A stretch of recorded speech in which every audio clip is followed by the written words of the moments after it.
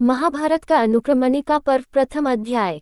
नारायण नमस्कृत्य नर चैव नरोत्तमम् देवी सरस्वती व्यासं ततो जयमुदीरयेत्। बदरिकाश्रम निवासी प्रसिद्ध ऋषि श्रीनारायण तथा श्रीन अंतर्यामी नारायण स्वरूप भगवान श्री कृष्ण, उनके नित्यस्थ नरस्वरूप नरश्रेष्ठ अर्जुन, उनकी लीला प्रकट करने वाली भगवती सरस्वती और उसके वक्ता महर्षि वेदव्यास को नमस्कार कर आसुरी संपत्तियों का नाश करके अंतःकरण पर दैवी संपत्तियों को विजय प्राप्त कराने वाले जयवंत महाभारत एवं अन्य इतिहास पुराणादि का पाठ करना चाहिए। ओम नमो भगवते वासुदेवाय। ओम नमः पितामहाय। ओम नमः प्रजापतिभ्यः। ओम नमः कृष्णद्वैपायनाय। ओम नमः सर्वविघ्न विनायकेभ्यः। ओकार स्वरूप भगवान वासुदेव को नमस्कार है। ओकार स्वरूप भगवान पितामह को नमस्कार है। ओकार स्वरूप प्रजापतियों को नमस्कार है। ओकार स्वरूप श्री कृष्ण द्वैपायन को नमस्कार है। ओकार स्वरूप सर्व विघ्न विनाशक विनायकों को नमस्कार है। लोमहर्षण पुत्र उग्रश्रवाह सौते पौराणिको नैमिषारण्ये शनकस्य कुलपतेर द्वादशवार्षिके सत्रे 1 सुखासीननभ्य गच्छत् ब्रह्मर्षि संचित व्रतान विन्यावनतो भूत्वा कदाचित सूतनन्नः। 2 एक समय की बात है, नैमिषारण्य में त्रिकुलपति 4 महर्षि शन के 12 वर्षों तक चालू रहने वाले सत्र में 5 जब उत्तम एवं कठोर ब्रह्मचर्यादि व्रतों का पालन करने वाले ब्रह्मर्षिगण अवकाश के समय सुखपूर्वक बैठे थे। सूतकुल को आनंदित करने वाले लोमहर्षण पुत्र उग्रश्रवा सौती स्वयं कौतूहलवश उन ब्रह्मर्षियों के समीप बड़े विनीत भाव से आए। वे पुराणों के विद्वान और कथावाचक थे। 1-2 तमाश्रम मनुप्राप्तम नैमिषारण्यवासिनाम चित्रा श्रोतु कथास्तत्र परिभ्रुस्तपस्विनः। 3 उस समय नैमिषारण्यवासियों के आश्रम में पधारे हुए उन उग्र श्रवाजी को उनसे चित्र विचित्र कथाएं सुनने के लिए सब तपस्वियों ने वहीं घेर लिया। 3 अभिवाद्य मुनींस्तांस्तु सर्वानेव कृतांजलिः अप्रच्छत् स तपोवृद्धि सद्भिश्चवाभिपूजितः। 4 उग्र श्रवाजी ने पहले हाथ जोड़कर उन सभी मुनियों को अभिवादन किया और आप लोगों की तपस्या सुखपूर्वक बढ़ रही है न, इस प्रकार कुशल प्रश्न किया। उन सत्पुरुषों ने भी उग्र श्रवाजी का भलीभांति स्वागत सत्कार किया।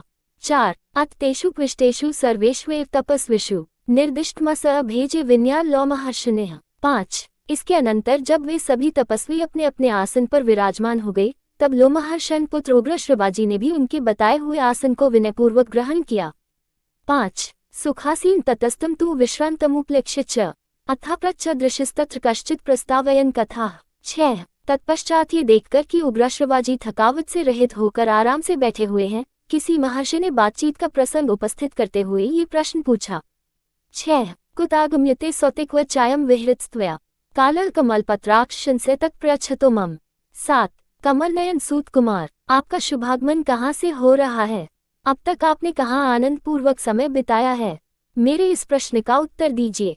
7 एवं पृष्ठोब्रवित सम्यक यथावल्लोमहर्षणेः वाक्यम वचन संपन्नस्तेषा च चरिताश्रयम्। 8 तस्मिन् सदसि विस्तीर्णे मुनिना भावितात्मनाम। उग्रश्रवाजी एक कुशल वक्ता थे। इस प्रकार प्रश्न किए जाने पर वे शुद्ध अंतःकरण वाले मुनियों की उस विशाल सभा में ऋषियों तथा राजाओं से संबंध रखने वाली उत्तम एवं यथार्थ कथा कहने लगे। 8 सौतिरुवाच जन्मेजयस्य राजर्षेः सर्पसत्रे महात्मनः। 9 समीपे पार्थिवेन्द्रस्य सम्यक् पारीक्षितस्य च कृष्णद्वैपायन प्रोक्ताः सुपुण्या विविधाः कथाः। 10 कथिताश्चापि विधिवद्या वैशम्पायनेन वै श्रुत्वा हम ता विचित्रार्था महाभारत संश्रिताः। 11 उग्रश्रवाजी ने कहा, महर्षियों, चक्रवर्ती सम्राट महात्मा राजर्षि परीक्षित नंदन जन्मेजय के सर्पयज्ञ में उन्हीं के पास वैशम्पायन ने श्री कृष्ण द्वैपायन व्यास जी के द्वारा निर्मित परम पुण्यमयी चित्र विचित्र अर्थ से युक्त महाभारत की जो विविध कथाएं विधिपूर्वक कही हैं, उन्हें सुनकर मैं आ रहा हूँ।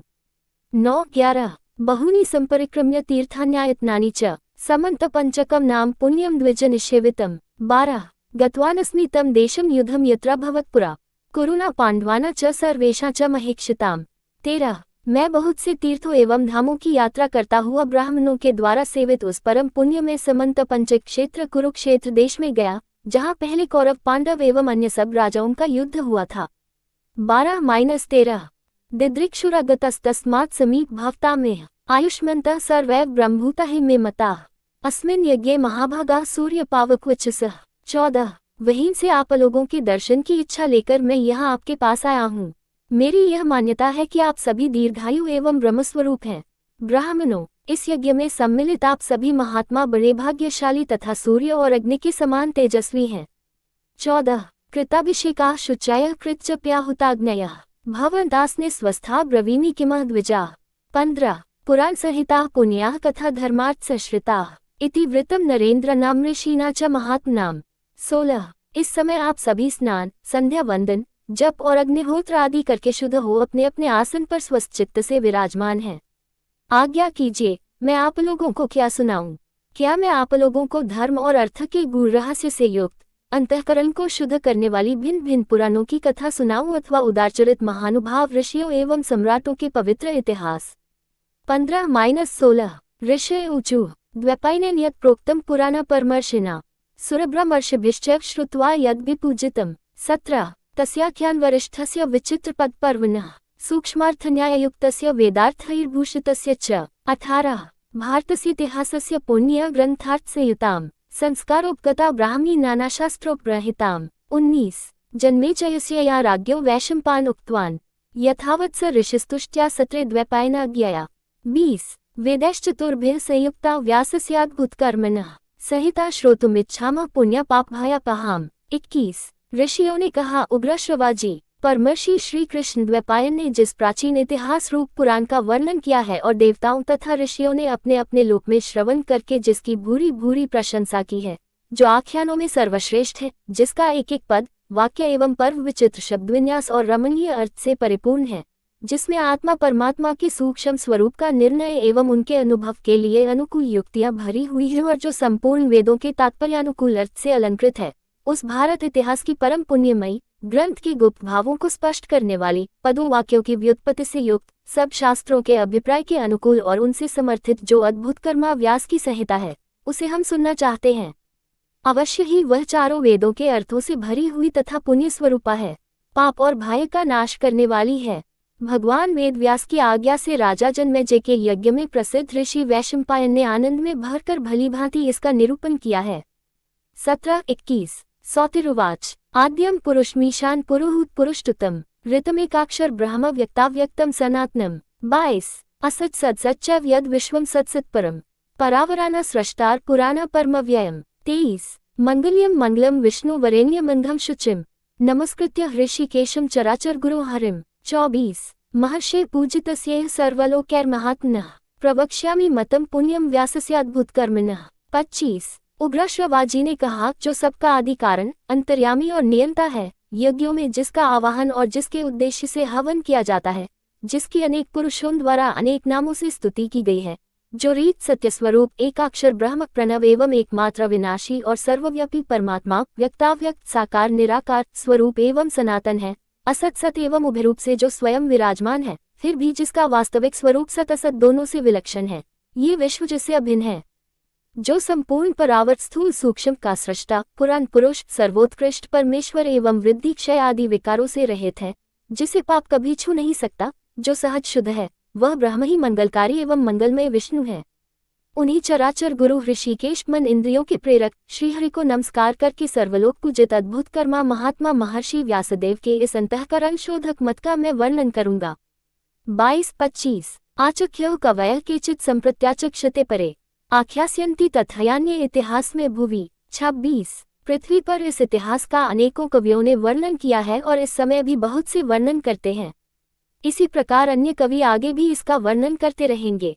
26 इदं तु त्रिषु लोकेषु महाजज्ञान प्रतिष्ठितम् विस्तरश्च समासश्च धार्यते यद्विजातिभ्यः।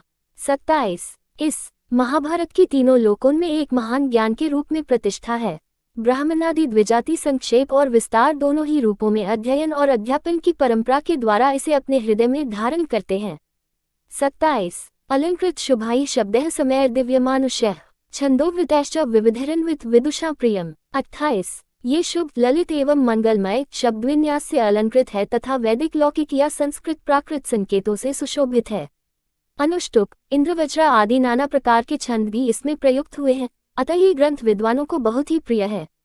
28 पुण्य हिमवतः पादे मध्ये गिरिगुहाल्ये विशोध्य दे धर्मात्मा दर्भ संस्तर्माश्रितः शुचे संयमो व्यासः शांतात्मा तपसी स्थितः भारतस्येतिहासस्य धर्मेनान्वीक्ष्य ता गतिम् प्रविश्य योग ज्ञानेन सोपश्यत् सर्वमन्ततः। हिमालय की पवित्र तलहटी में पर्वतीय गुफा के भीतर धर्मात्मा व्यास जी स्नानादि से शरीर शुद्धि करके पवित्र हो कुश का आसन बिछाकर बैठे थे। उस समय नियम पालन पूर्वक शांतचित हो वे तपस्या में संलग्न थे। ध्यान योग में स्थित हो उन्होंने धर्म पूर्वक महाभारत इतिहास के स्वरूप का विचार करके ज्ञान दृष्टि द्वारा आदि से अंत तक सब कुछ प्रत्यक्ष की भांति देखा और इस ग्रंथ का निर्माण किया। निष्प्रभेस्मिन् निरालोके सर्वतस्तमसावृते बृहदंडम्भुदेकं प्रजाना बीजम अव्ययम्। 29। सृष्टि के प्रारंभ में जब यहाँ वस्तु विशेष या नामरूप आदि का भान नहीं होता था, प्रकाश का कहीं नाम नहीं था, सर्वत्र अंधकार ही अंधकार छा रहा था, उस समय एक बहुत बड़ा अन्न प्रकट हुआ जो संपूर्ण प्रजाओं का अविनाशी बीज था। 29। युगस्यादो निमित्तम तन्महादिव्यम प्रचिक्षते यस्मिन् संश्रुयते सत्यम ज्योतिर्ब्रह्म सनातनम्। 30। ब्रह्मकल्प के आदि में उसी महान एवं दिव्य अन्न को 4 प्रकार के प्राणी समुदाय का कारण कहा जाता है, जिसमें सत्य स्वरूप ज्योतिर्मय सनातन ब्रह्म अंतर्यामी रूप से प्रविष्ट हुआ है, ऐसा श्रुति वर्णन करती है। 6। 30। अद्भुत चाप्य चिंत्यम च सर्वत्र समतागतम अव्यक्तम कारण सूक्ष्म यत्तत्सदात्मकम्। 31। वह ब्रह्मभूत अचिंत्य सर्वत्र समान रूप से व्याप्त अव्यक्त सूक्ष्म कारण स्वरूप एवं अनिर्वचनीय है और जो कुछ सतसत रूप में उपलब्ध होता है सब वही है। 31। यस्मात् पितामहो यज्ञे प्रभुरेका प्रजापतेः ब्रह्मा सुरगुरु स्थाणुर्मनोः परमेष्ठ्यत्। 32। प्राचित्सस्तथा दक्षो दक्षपुत्राश्च सप्तवै ततः प्रजानापतयः प्राभवन्नेकविंशतिः। 33। उस अन्न से ही प्रथम देहधारी प्रजापालक प्रभु देवगुरु पितामह ब्रह्मा तथा रुद्र मनु प्रजापति परमेष्ठी प्रचेताओं के पुत्र दक्ष तथा दक्ष के 7 पुत्र क्रोध तम दम विक्रीत अंगिरा करदम और अश्व प्रकट हुए। तत्पश्चात 21 प्रजापति मरीचि आदि 7 ऋषि और 14 मनु 7 पैदा हुए। 32-33 पुरुषश्च प्रमेयात्मायं सर्व ऋषयो विदु विश्वेदेवास्तथादित्य वस्वोत्थाश्विनावपि। 34 जिन्हें मत्स्य कूर्म आदि अवतारों के रूप में सभी ऋषि मुनि जानते हैं, वे अप्रमेयात्मा विष्णु रूप पुरुष और उनकी विभूति रूप विश्वेदेव आदित्य वसु एवं अश्विनी कुमार आदि भी क्रमशः प्रकट हुए हैं। 34 यक्षाः साध्याः पिशाचाश्च गुह्यकाः पितरस्तथा ततः प्रसूता विद्वांसः शिष्टा ब्रह्मर्षिसत्तमाः। 35 तदनंतर यक्ष साध्य पिशाच गुह्यक और पितर एवं तत्वज्ञानी सदाचार परायण साधु शिरोमणि ब्रह्मर्षिगण प्रकट हुए। 35 राजर्षयश्च बहवः सवे समुदिता गुणैः आपो दियो पृथ्वी वायुरंतरिक्ष दिशस्तथा। 36 इसी प्रकार बहुत से राजर्षियों का प्रादुर्भाव हुआ है जो सबके सब शौर्यादि सद्गुणों से संपन्न थे। क्रमशः उसी ब्रह्मांड से जल द्योलोक पृथ्वी वायु अंतरिक्ष और दिशाएं भी प्रकट हुई हैं। 36 संवत्सरर्तवो मासाः पक्षाहोरात्रयः क्रमात् यच्चान्यत्पि तत्सर्वं सम्भूत लोकसाक्षिकम्। 37 संवत्सर ऋतु मास पक्ष दिन तथा रात्रि का प्राकट्य भी क्रमशः उसी से हुआ है। इसके सिवा और भी जो कुछ लोक में देखा या सुना जाता है वह सब उसी अन्न से उत्पन्न हुआ है। 37 यदिदं दृश्यते किंचित भूत स्थावरंगमम् पुनः संक्षिप्यते सर्वं जगत प्राप्ते युगक्षये। 38 ये जो कुछ भी स्थावर जंगम जगत दृष्टिगोचर होता है वह सब प्रलयकाल आने पर अपने कारण में विलीन हो जाता है। 38 यथार्थावृतु लिंगानि नानारूपानि पर्यये दृश्यन्ते तानि तान्येव तथा भावा युगादिषु।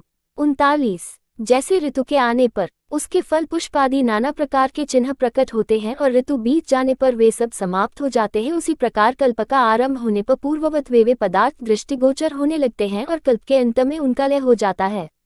39 एवमेतद्नद्यन्तं भूत संहार कारकम् अनादिनिधन लोकये चक्रम संपरिवर्ते। 40 इस प्रकार यह अनादि और अनंत काल चक्र लोक में प्रवाह रूप से नित्य घूमता रहता है। इसी में प्राणियों की उत्पत्ति और संहार हुआ करते हैं, इसका कभी उद्भव और विनाश नहीं होता। 40 त्रयस्त्रिंशत्सहस्राणि त्रयस्त्रिंशच्शतानि च त्रयस्त्रिंशच्च देवानां सृष्टिः संक्षेपलक्षणा। 41 देवताओं की सृष्टि संक्षेप से 33,000 3300 और 33 लक्षित होती है। 41 दिवः पुत्रो बृहद् भानुश्चक्षुरात्मा विभावसुः सविता स ऋचिको को भानुराशावहो रवेः। 42 पुरा विवस्वतः सवे मह्यस्तेषा तथा वरः देवभ्राट् तनयस्तस्य सुभादिति ततः स्मृतः। 43 पूर्व काल में देवपुत्र बृहद भानु चक्षु आत्मा विभावसु सविता ऋचिक अर्क भानु आशावह तथा रवि ये सब शब्द के बोधक माने गए हैं। इन सब में जो अंतिम रवि है वे मह्या मही पृथ्वी में गर्भ स्थापन करने वाले एवं पूज्य माने गए हैं। इनके तने देवव्राट हैं और के तने सुभ्राट माने गए हैं। 42-43 सुभ्राजस्तु त्रयः पुत्राः प्रजावन्तो बहुश्रुताः दशज्योतिः शतज्योतिः सहस्रज्योतिरेव च। 44 के 3 पुत्र हुए, वे सबके सब संतानवान और बहुश्रुत अनेक शास्त्रों के ज्ञाता हैं। उनके नाम इस प्रकार हैं: दशज्योति, शतज्योति तथा सहस्रज्योति। 44 दशपुत्र सहस्राणि दशज्योतिर्महात्मनः ततो दशगुणाश्चान्ये शतज्योतिरेहात्मजाः। 45 महात्मा दशज्योति के 10,000 पुत्र हुए, उनसे भी 10 गुने अर्थात 1,00,000 पुत्र यहाँ शतज्योति के हुए। 45 भूयस्ततो दशगुणा सहस्रज्योतिषः सुताः तेभ्योऽयं कुरुवंशश्च यदुना भरतस्य च। 46 ययातिक्ष्वाकुवंशश्च राजर्षीणा च सर्वशः सम्भूता बहवो वंशा भूत्सर्गाः सुविस्तराः। 47 फिर उनसे भी 10 गुने अर्थात 10,00,000 पुत्र सहस्रज्योति के हुए, उन्हीं से ही कुरुवंश, यदुवंश, भरतवंश, ययाति और इक्ष्वाकु के वंश तथा अन्य राजर्षियों के सब वंश चले। प्राणियों की सृष्टि परंपरा और बहुत से वंश भी इन्हीं से प्रकट हो विस्तार को प्राप्त हुए हैं। 46-47 भूतस्थानानि सर्वाणि रहस्यं त्रिविध यत् वेदा योग सविज्ञानो धर्मोऽर्थः कामः च। 48 धर्म कामार्थयुक्तानि शास्त्राणि विविधानि च लोक्यत्राविधान राजर्षयश्च बहवः सवे समुदिता गुणैः आपो द्यौ पृथ्वी वायुरंतरिक्ष दिशस्तथा। 36 इसी प्रकार बहुत से राजर्षियों का प्रादुर्भाव हुआ है, जो सबके सब शौर्यादि सद्गुणों से संपन्न थे। क्रमशः उसी ब्रह्मांड से जल, द्योलोक, पृथ्वी, वायु, अंतरिक्ष और दिशाएं भी प्रकट हुई हैं। 36 संवत्सरर्तवो मासाः पक्षाहोरात्रयः क्रमात् यच्चान्यत्पि तत्सर्वं संभूत लोकसाक्षिकम्। 37 संवत्सर, ऋतु, मास, पक्ष, दिन तथा रात्रि का प्राकट्य भी क्रमशः उसी से हुआ है। इसके सिवा और भी जो कुछ लोक में देखा या सुना जाता है, वह सब उसी अन्न से उत्पन्न हुआ है। 37 यदिदं दृश्यते किंचित भूतस्थावरंगमं पुनः संक्षिप्यते सर्वं जगत प्राप्ते योगक्षये। 38 ये जो कुछ भी स्थावर जंगम जगत दृष्टिगोचर होता है, वह सब प्रलयकाल आने पर अपने कारण में विलीन हो जाता है। 38 यथार्थावृतु लिंगानि नानारूपानि पर्यये दृश्यन्ते तानि तान्येव तथा भावा युगादिषु। 39 जैसे ऋतु के आने पर उसके फल पुष्प आदि नाना प्रकार के चिन्ह प्रकट होते हैं और ऋतु बीत जाने पर वे सब समाप्त हो जाते हैं, उसी प्रकार कल्प का आरंभ होने पर पूर्ववत वे पदार्थ दृष्टिगोचर होने लगते हैं और कल्प के अंत में उनका लय हो जाता है। 39 एवमेतद्नद्यन्तं भूतसंहारकारकम् अनादिनिधन लोकये चक्रम संपरिवर्ते। 40 इस प्रकार यह अनादि और अनंत काल चक्र लोक में प्रवाह रूप से नित्य घूमता रहता है। इसी में प्राणियों की उत्पत्ति और संहार हुआ करते हैं, इसका कभी उद्भव और विनाश नहीं होता। 40 त्रयस्त्रिंशत् सहस्राणि त्रयस्त्रिंशच्शतानि च त्रयस्त्रिंशच्च देवानां सृष्टिः संक्षेपलक्षणा। 41 देवताओं की सृष्टि संक्षेप से 33,000, 3300 और 33 लक्षित होती है। 41 दिवः पुत्रो बृहद् भानुश्चक्षुरात्मा विभावसुः सविता स ऋचिको को भानुराशावहो रवेः। 42 पुरा विवस्वतः सवे मह्यस्तेषां तथा वरः देवभ्राट् तनयस्तस्य सुभादिति ततः स्मृतः। 43 पूर्व काल में दिवः पुत्र, बृहत्, भानु, चक्षु, आत्मा, विभावसु, सविता, ऋचिक, अर्क, भानु, आशावह तथा रवि ये सब शब्द के बोधक माने गए हैं। इन सब में जो अंतिम रवि है वे मह्या, मही, पृथ्वी में गर्भ स्थापन करने वाले एवं पूज्य माने गए हैं। इनके तने देवव्राट हैं और के तने सुभ्राट माने गए हैं।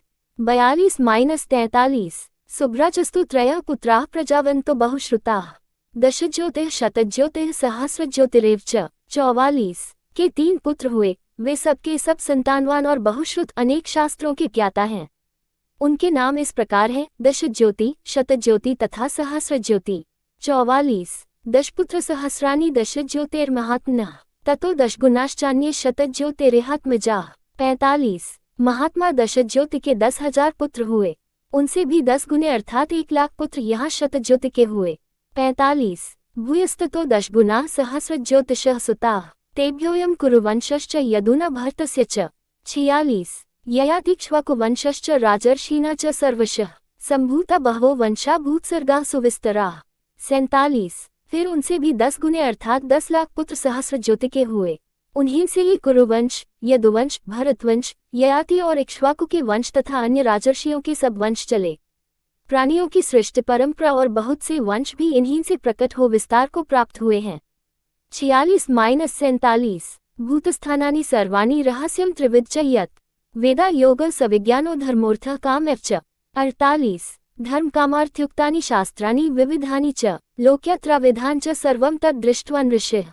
49 भगवान वेदव्यास ने अपनी ज्ञान दृष्टि से संपूर्ण प्राणियों के निवास स्थान, धर्म, अर्थ और काम के भेद से त्रिविध रहस्य कर्मोपासना ज्ञानरूप वेद विज्ञान सहित योग, धर्म, अर्थ एवं काम, इन धर्म, काम और अर्थरूप तीन पुरुषार्थों के प्रतिपादन करने वाले विविध शास्त्र, लोक व्यवहार की सिद्धि के लिए आयुर्वेद, धनुर्वेद, स्थापत्य वेद, गांधर्व वेद आदि लौकिक शास्त्र सब उन्हीं दश ज्योति आदि से हुए हैं। इस तत्व को और उनके स्वरूप को भली भांति अनुभव किया। 48-49 इतिहासाः सवैयाख्या विविधाः श्रुत्योऽपि च एह सर्वमनुक्रांतमुक्तम ग्रंथस्य लक्षणम्। 50 उन्होंने ही इस महाभारत ग्रंथ में व्याख्या के साथ उस सब इतिहास का तथा विविध प्रकार की श्रुतियों के रहस्य आदि का पूर्ण रूप से निरूपण किया है और इस पूर्णता को ही इस ग्रंथ का लक्षण बताया गया है। 50 विस्तीर्यतन महाजज्ञान ऋषि संक्षिप्य चाब्रवीत इष्टम है विदुषा लोकये समास व्यास धारणम। 51 महर्षि ने इस महान ज्ञान का संक्षेप और विस्तार दोनों ही प्रकार से वर्णन किया है, क्योंकि संसार में विद्वान पुरुष संक्षेप और विस्तार दोनों ही रीतियों को पसंद करते हैं। 51 मनवादि भारत केचिदास्तिकादि तथा परे तथोपरिचराद्यन्ये विप्राह सम्यक धीयते। 52 कोई इस ग्रंथ का आरंभ नारायण नमस्कृत्य से मानते हैं और कोई आस्तिक पर्व से। दूसरे विद्वान ब्राह्मण उपरिच वसु की कथा से इसका विधिपूर्वक पाठ प्रारंभ करते हैं। 52 विविध संहिता ज्ञान दीपयन्ति मनीषिणः व्याख्यातुन कुशलाः केचित् ग्रंथान् धारितु परे। 53 विद्वान पुरुष इस भारत संहिता के ज्ञान को विविध प्रकार से प्रकाशित करते हैं। कोई ग्रंथ की व्याख्या करके समझाने में कुशल होते हैं तो दूसरे विद्वान अपनी तीक्ष्ण मेधाशक्ति के द्वारा इन ग्रंथों को धारण करते हैं। 53 तपसा ब्रह्मचर्येण व्यस्य वेदम सनातनम इतिहास में चक्रे पुण्यम सत्यवती सुतः। 54 सत्यवती नंदन भगवान व्यास ने अपनी तपस्या एवं ब्रह्मचर्य की शक्ति से सनातन वेद का विस्तार करके इस लोक पावन पवित्र इतिहास का निर्माण किया है। 54 पराशरात्म जो विद्वान ब्रह्मर्षि संचितव्रतः तदाख्यान वरिष्ठ स कृत्वा द्वैपायनः प्रभुः। 55 कथमध्यापयानि शिष्यानित्यन्वचिन्तयत् तस्य तच्चिन्तित ज्ञात्वा ऋषिर्द्वैपायनस्य च। 56 तत्राजगाम भगवान ब्रह्मा लोकगुरु स्वयं प्रीत्यर्थ तस्य चैवर्ष्यलोकाना हितकाम्यया। 57 प्रशस्त व्रतधारी निग्रहानुग्रह समर्थ सर्वज्ञ पराशर नंदन ब्रह्मर्षि श्री कृष्ण द्वैपायन इस इतिहास शिरोमणि महाभारत की रचना करके यह विचार करने लगे कि अब शिष्यों को इस ग्रंथ का अध्ययन कैसे कराऊं, जनता में इसका प्रचार कैसे हो। द्वैपायन ऋषि का यह विचार जानकर लोकगुरु भगवान ब्रह्मा उन महात्मा की प्रसन्नता तथा लोक कल्याण की कामना से स्वयं ही व्यास जी के आश्रम पर पधारे। 55-57 तम वा विस्मितो भूत्वा प्राञ्जलिः प्रणतः स्थितः आसः कल्पयामास सर्वैर्मुनिगणैर्वृतः। 58 व्यास जी ब्रह्मा जी को देखकर आश्चर्यचकित रह गए। उन्होंने हाथ जोड़कर प्रणाम किया और खड़े रहे। फिर सावधान होकर सब ऋषि मुनियों के साथ उन्होंने ब्रह्मा जी के लिए आसन की व्यवस्था की। 58 हिरण्यगर्भमासीन तस्मिंस्तु परमासने परिवृत्या स्नाभ्याशे वासवेयः स्थितो भवत्। 59 जब उस श्रेष्ठ आसन पर ब्रह्मा जी विराज गए तब व्यास जी ने उनकी परिक्रमा की और ब्रह्मा जी के आसन के समीप ही विनयपूर्वक खड़े हो गए। 59 अनुज्ञातोत्कृष्टस्तु ब्रह्मणा परमेष्ठिना निःसदा स्नाभ्याशे प्रीयमानः शुचिस्मितः। 60 परमेष्ठी ब्रह्मा जी की आज्ञा से वे उनके आसन के पास ही बैठ गए। उस समय व्यास जी के हृदय में आनंद का समुद्र उमड़ रहा था और मुख पर मन पवित्र मुस्कान लहरा रही थी। 60 उवाच स महातेजा ब्रह्माण परमेष्ठिनम कृतमयेदम भगवन काव्यम परम पूजितम। 61 परम तेजस्वी व्यास जी ने परमेष्ठी ब्रह्मा जी से निवेदन किया, भगवन मैंने ये संपूर्ण लोकों से अत्यंत पूजित एक महाकाव्य की रचना की है। 61 ब्रह्मन् वेदरहस्यं च यच्चान्यत् स्थापित मया सांगोपनिषदा चैव वेदाना विस्तर क्रिया। 62 ब्रह्मन् मैंने इस महाकाव्य में संपूर्ण वेदों का गुप्ततम रहस्य तथा अन्य सब शास्त्रों का सार संकलित करके स्थापित कर दिया है। केवल वेदों का ही नहीं, उनके अंग एवं उपनिषदों का भी इसमें विस्तार से निरूपण किया है। 62 इतिहास पुराणानाम उन्मेषण निर्मित च यत् भूत भव्यम भविष्यम च त्रिविध काल संगीतम।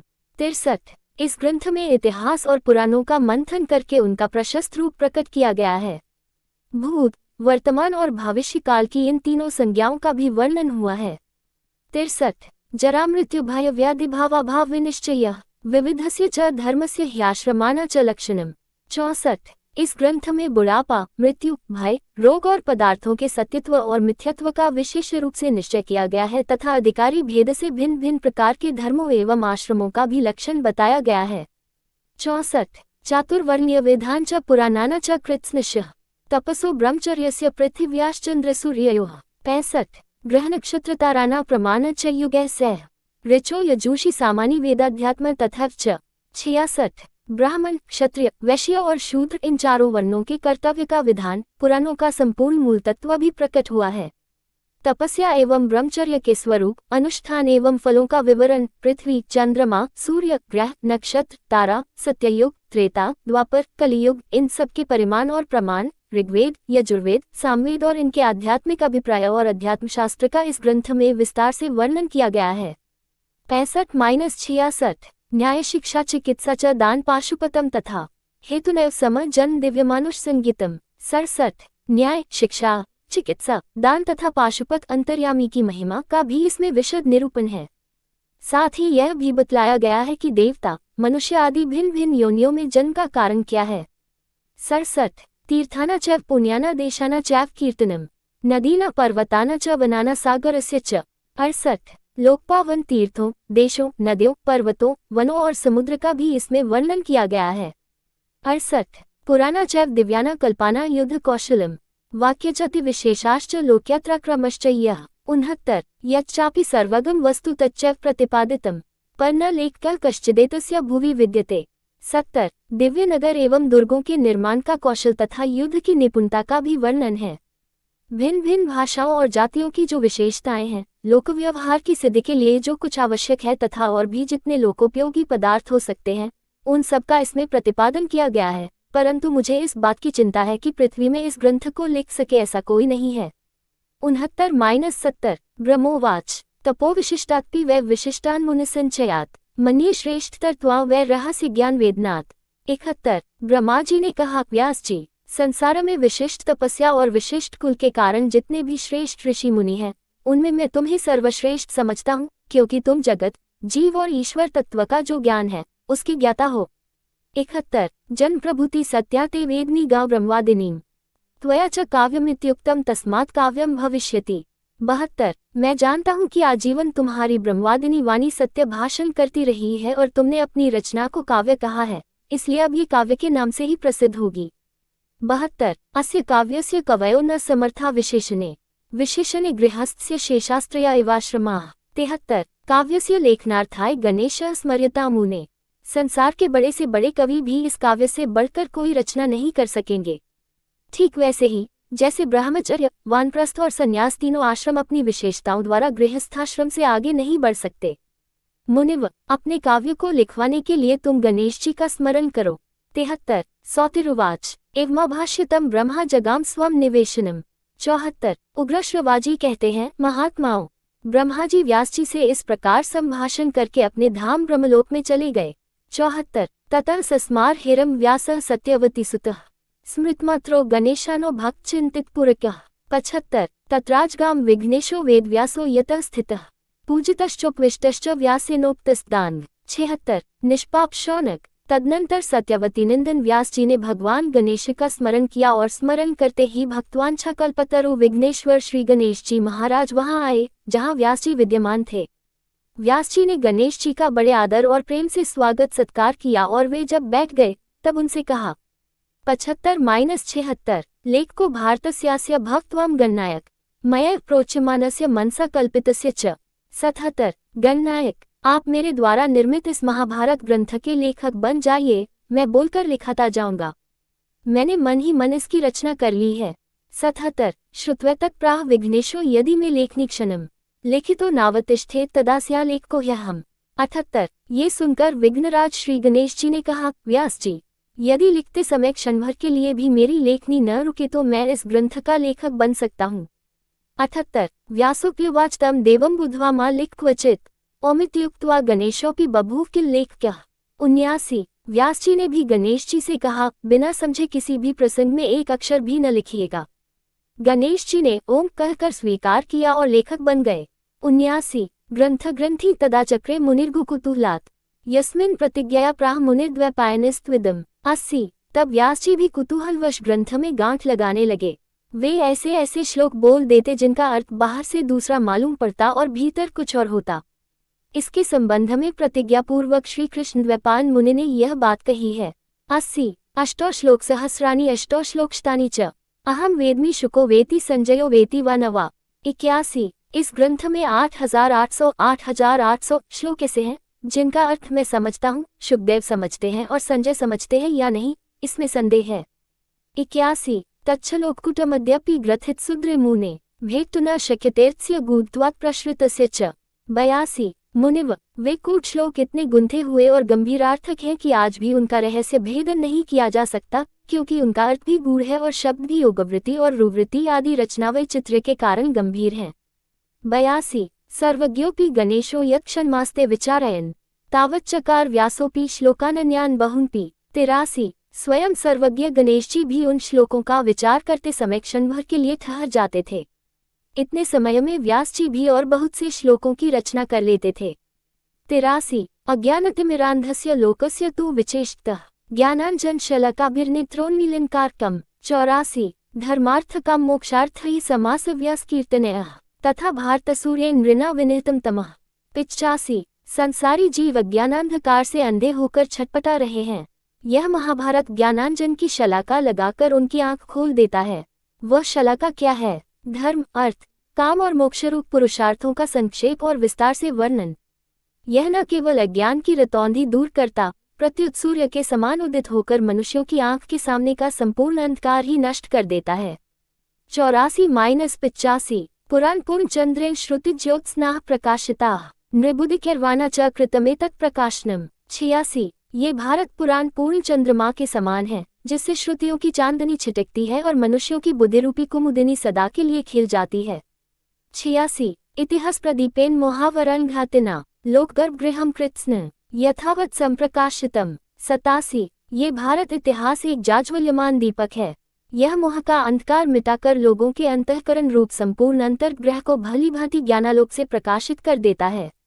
87। संग्रहाध्याय बीजो वै पौलोमास्तिकमूलवान संभवस्कंद विस्तारः सभारण्यविटिंक्वान। 88। महाभारत वृक्ष का बीज है, संग्रहाध्याय और जड़ है पौलोम एवं आस्तिक पर्व। संभव पर्व इसके स्कंध का विस्तार है और सभा तथा अरण्य पर्व पक्षियों की रहने योग्य कोट हैं। 88। अरण्य पर्व रूपाध्य विराट उद्योग सारवान भीष्म पर्व महाशाखो द्रोण पर्व प्लाशवान। 89। अरण्य पर्व इस वृक्ष का ग्रंथस्थल है। विराट और उद्योग पर्व इसका सार भाग है।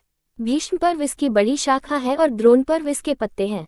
89। कर्ण पर्व वसुतः पुष्पैः शल्य पर्व सुगंधिभ्यः स्त्री पर्वैशिक विश्रामः शांति पर्व महाफलः। 90। कर्ण पर्व इसके श्वेत पुष्प हैं और शल्य पर्व सुगंध, स्त्री पर्व और ऐशिक पर्व इसकी छाया है तथा शांति पर्व इसका महान फल है। 90। अश्वमेधमृतर्षस्त्वाश्रमस्थान संश्रयः मौसलः श्रुतिसंक्षेपः शिष्टद्विज निषेवितः। 91। अश्वमेध पर्व इसका अमृतमय रस है और आश्रम वासिक पर्व आश्रय लेकर बैठने का स्थान। मौसल पर्व श्रुति रूपा ऊंची ऊंची शाखाओं का अंतिम भाग है तथा सदाचार एवं विद्या से संपन्न द्विजाति इसका सेवन करते हैं। 91। सर्वेषां कविमुख्यानामुपजीव्यो भविष्यति पर्जन्य इव भूतानामक्षयो भारतद्रुमः। 92। संसार में जितने भी श्रेष्ठ कवि होंगे उनके काव्य के लिए यह मूल आश्रय होगा। जैसे मेघ संपूर्ण प्राणियों के लिए जीवनदाता है, वैसे ही यह अक्षय भारत वृक्ष है। 92। सौतिरुवाच तस्य वृक्षस्य वक्ष्यामि शश्वत पुष्पफलोदयम् स्वादुमेध्यर्सोपेतमच्छेद्यमम्रेरपि। 93। उग्रश्रवाजी कहते हैं, ये भारत एक वृक्ष है। इसके स्वादु, पवित्र, सरस एवं अविनाशी पुष्प तथा फल हैं, धर्म और मोक्ष।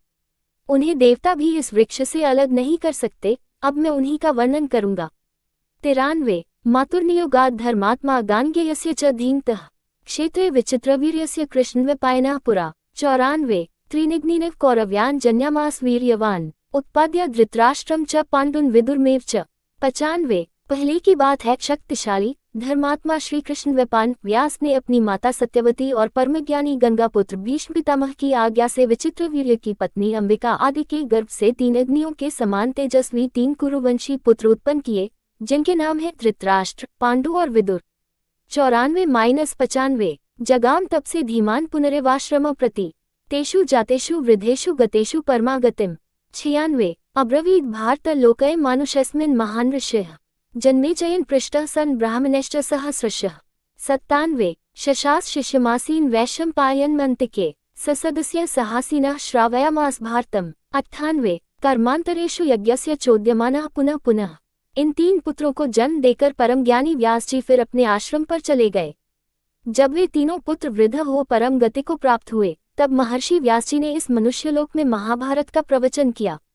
जन्मेजय और हजारों ब्राह्मणों के प्रश्न करने पर व्यास जी ने पास ही बैठे अपने शिष्य वैशंपायन को आज्ञा दी कि तुम इन लोगों को महाभारत सुनाओ। वैशंपायन याज्ञिक सदस्यों के साथ ही बैठे थे, अतः जब यज्ञकर्म में बीच बीच में अवकाश मिलता, तब यजमान आदि के बार बार आग्रह करने पर वे उन्हें महाभारत सुनाया करते थे। 96-98 चतुर्विंशतिसाहस्री चक्रे भारत संहिताम्। 102 उपाख्यानैर्विना तावद् भारत प्रोच्यते बुधः ततोऽप्यर्धशतं भूयः संक्षेपं कृतवान् ऋषिः। 103 अनुक्रमणिकाध्यायं वृत्तान्तं सर्वपर्वणाम् इदं द्वैपायनः पूर्वं पुत्रमध्यापयच्छुकम्। 104 तदनंतर व्यास जी ने उपाख्यान भाग को छोड़कर 24,000 श्लोकों की भारत संहिता बनाई, जिसे विद्वान पुरुष भारत कहते हैं। इसके पश्चात महर्षि ने पुनः पर्व सहित ग्रंथ में वर्णित वृत्तांतों की अनुक्रमणिका सूची का एक संक्षिप्त अध्याय बनाया, जिसमें केवल 150 श्लोक हैं। व्यास जी ने सबसे पहले अपने पुत्र शुकदेव जी को इस महाभारत ग्रंथ का अध्ययन कराया। 102-104 ततन्येभ्योऽनुरूपेभ्यः शिष्येभ्यः प्रददौ विभुः षष्टिशतसहस्राणि चकारान्यस्य संहिताम्। 105 तदनंतर उन्होंने दूसरे सुयोग्य अधिकारी एवं अनुगत शिष्यों को इसका उपदेश दिया। तत्पश्चात भगवान व्यास ने 60 लाख श्लोकों की एक दूसरी संहिता बनाई। 105 त्रिंशत्शतसहस्रं च देवलोके प्रतिष्ठितम् पितृ पंचदश प्रोक्तम गंधर्वेषु 14। 106 उसके 30 लाख श्लोक देवलोक में समादृत हो रहे हैं, पितृलोक में 15 लाख तथा गंधर्वलोक में 14 लाख श्लोकों का पाठ होता है। 106 एकं शतसहस्रं तु मानुषेषु प्रतिष्ठितम् नारदो श्रावयत् देवांसितो देवलः पितृय। 107 इस मनुष्यलोक में 1 लाख श्लोकों का आद्य भारत महाभारत प्रतिष्ठित है। देवर्षि नारद ने देवताओं को और असित देवल ने पितरों को इसका श्रवण कराया है। 107 गंधर्व अक्षरक्षांसी श्रावयामास वैशुकः अस्मिंस्तु मानुषे लोकये वैशंपायन उक्तवान्। 108 शिष्यो व्यासस्य धर्मात्मा सर्ववेदविदा वरः एकं शतसहस्रं तु मयोक्तं वै निबोधत्। 109 शुकदेव जी ने गंधर्व यक्ष तथा राक्षसों को महाभारत की कथा सुनाई है, परंतु इस मनुष्यलोक में संपूर्ण वेदवेताओं के शिरोमणि व्यास शिष्य धर्मात्मा वैशंपायन जी ने इसका प्रवचन किया है। मुनिव्रो वही 1 लाख श्लोकों का महाभारत आप लोग मुझसे श्रवण कीजिए। 108-109 दुर्योधनो मन्युमयो महाद्रुमः स्कंद कर्ण शकुनिस्तस्य शाखा दुशासन पुष्पफले समृद्धे मूलम राजा धृतराष्ट्रो नीशी। 110 दुर्योधन क्रोधमय विशाल वृक्ष के समान है, कर्ण स्कंद शकुनी शाखा और दुशासन समृद्ध फल पुष्प है। अज्ञानी राजा धृतराष्ट्र ही इसके मूल हैं। 8 110 युधिष्ठिरो धर्ममयो महाद्रुमः स्कंधोर्जुनो भीमसेनोस्य शाखा माद्रीसुतो पुष्पफले समृद्धे मूलम कृष्णो ब्रह्म च ब्राह्मणाश्च। 111 युधिष्ठिर धर्म में विशाल वृक्ष हैं, अर्जुन स्कंद भीमसेन शाखा और माद्रीनंदन इसके समृद्ध फल पुष्प हैं।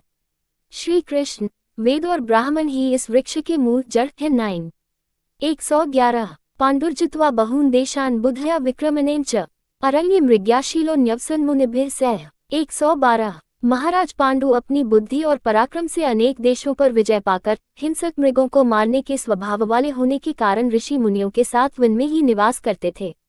112 मृगव्यवाय निधनात् क्र्यच्छ्रा प्राप्त स आपदम जन प्रभुति पार्थाना तत्राचार विधिक्रमः। 113 एक दिन उन्होंने मृगरूपधारी महर्षि को मैथुन काल में मार डाला, इससे वे बड़े भारी संकट में पड़ गए। ऋषि ने ये शाप दे दिया कि स्त्री सहवास करने पर तुम्हारी मृत्यु हो जाएगी। ये संकट होते हुए भी युधिष्ठिर आदि पांडवों के जन्म से लेकर जातकर्म आदि सब संस्कार वन में ही हुए और वहीं उन्हें शील एवं सदाचार की रक्षा का उपदेश हुआ। 113 मात्रोरभ्युत्पत्तिश्च धर्मोपनिषदं प्रति धर्मस्य वायोः शक्रस्य देव्योश्च तथाश्विनः। 114 पूर्वोक्त शाप होने पर भी संतान होने का कारण ये था कि कुल धर्म की रक्षा के लिए दुर्वासा द्वारा प्राप्त हुई विद्या का आश्रय लेने के कारण पांडवों की दोनों माताओं कुंती और माद्री के समीप क्रमशः धर्म, वायु, इंद्र तथा दोनों अश्विनी कुमार इन देवताओं का आगमन संभव हो सका। इन्हीं की कृपा से युधिष्ठिर, भीमसेन, अर्जुन एवं नकुल सहदेव की उत्पत्ति हुई।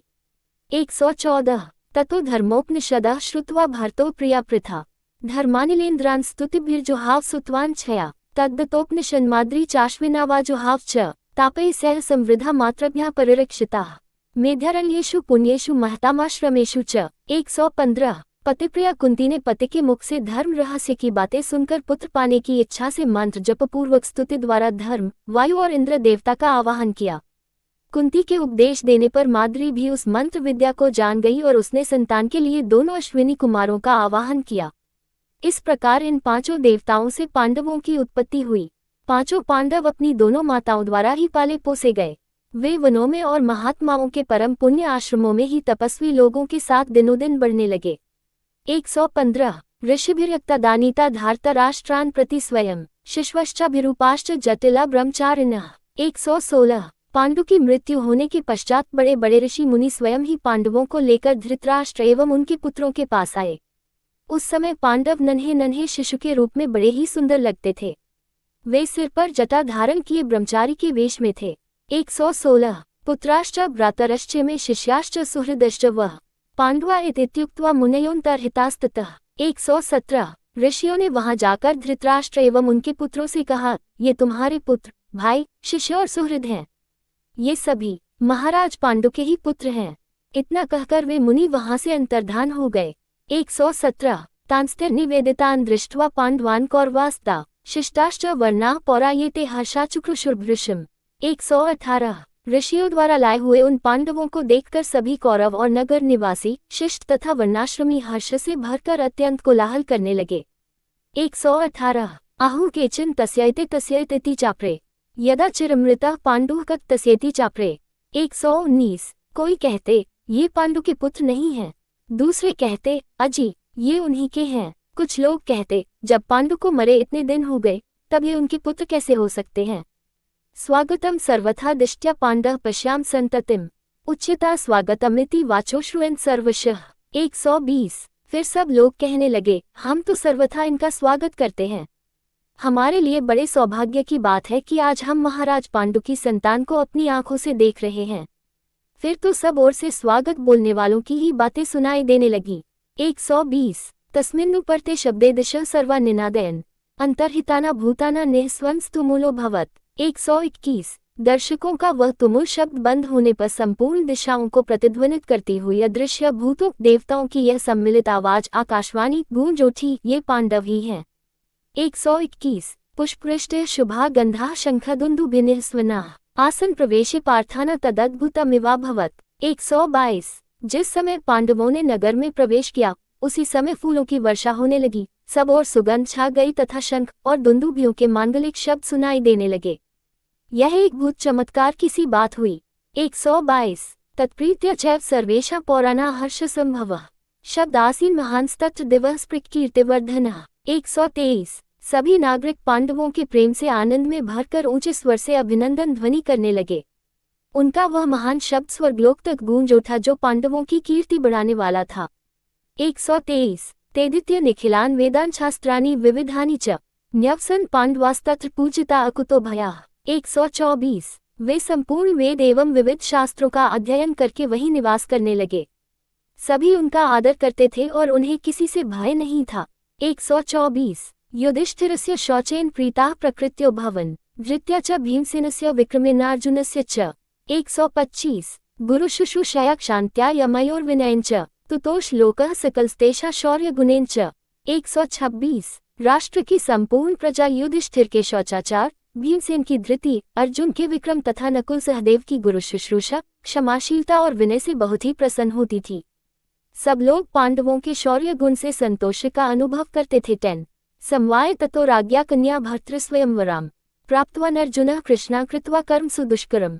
127 तदनंतर कुछ काल के पश्चात राजाओं के समुदाय में अर्जुन ने अत्यंत दुष्कर पराक्रम करके स्वयं ही पति चुनने वाली द्रुपद कन्या कृष्णा को प्राप्त किया। 127 ततः प्रभुति लोकेस्मिन् पूज्यः सर्वधनुष्मताम् आदित्य इव दुष्प्रक्ष्यः समरेष्वपि चाभवत्। 128 तभी से वे इस लोक में संपूर्ण धनुर्धारियों के पूजनीय आदरणीय हो गए और सम्रांगण में प्रचंड मार्तंड की भांति प्रतापी अर्जुन की ओर किसी के लिए आंख उठाकर देखना भी कठिन हो गया। 128 स सर्वान् पार्थिवान् जित्वा सर्वांश्च महतो गणान् आजहारार्जुनो राज्ञो राजसूयं महाक्रतुम्। 129 उन्होंने पृथक पृथक तथा महान संघ बनाकर आए हुए सब राजाओं को जीतकर महाराज युधिष्ठिर के राजसूय नामक महायज्ञ को संपन्न कराया। 129 अन्नवान दक्षिणावांश्च सर्वैः समुदितो गुणैः युधिष्ठिरेण संप्राप्तो राजसूयो महाक्रतुः। 130 सुन्याद् वासुदेवस्य भीमार्जुनबलेन च घातित्वा जरासंधं चैद्यं च बलगर्वितम्। 131 भगवान श्री कृष्ण की सुंदर नीति और भीमसेन तथा अर्जुन की शक्ति से बल के घमंड में चूर रहने वाले जरासंध और चैद्यराज शिशुपाल को मरवाकर धर्मराज युधिष्ठिर ने महायज्ञ राजसूय का संपादन किया। वह यज्ञ सभी उत्तम 11 गुणों से संपन्न था। उसमें प्रचुर अन्न और पर्याप्त दक्षिणा का वितरण किया गया था।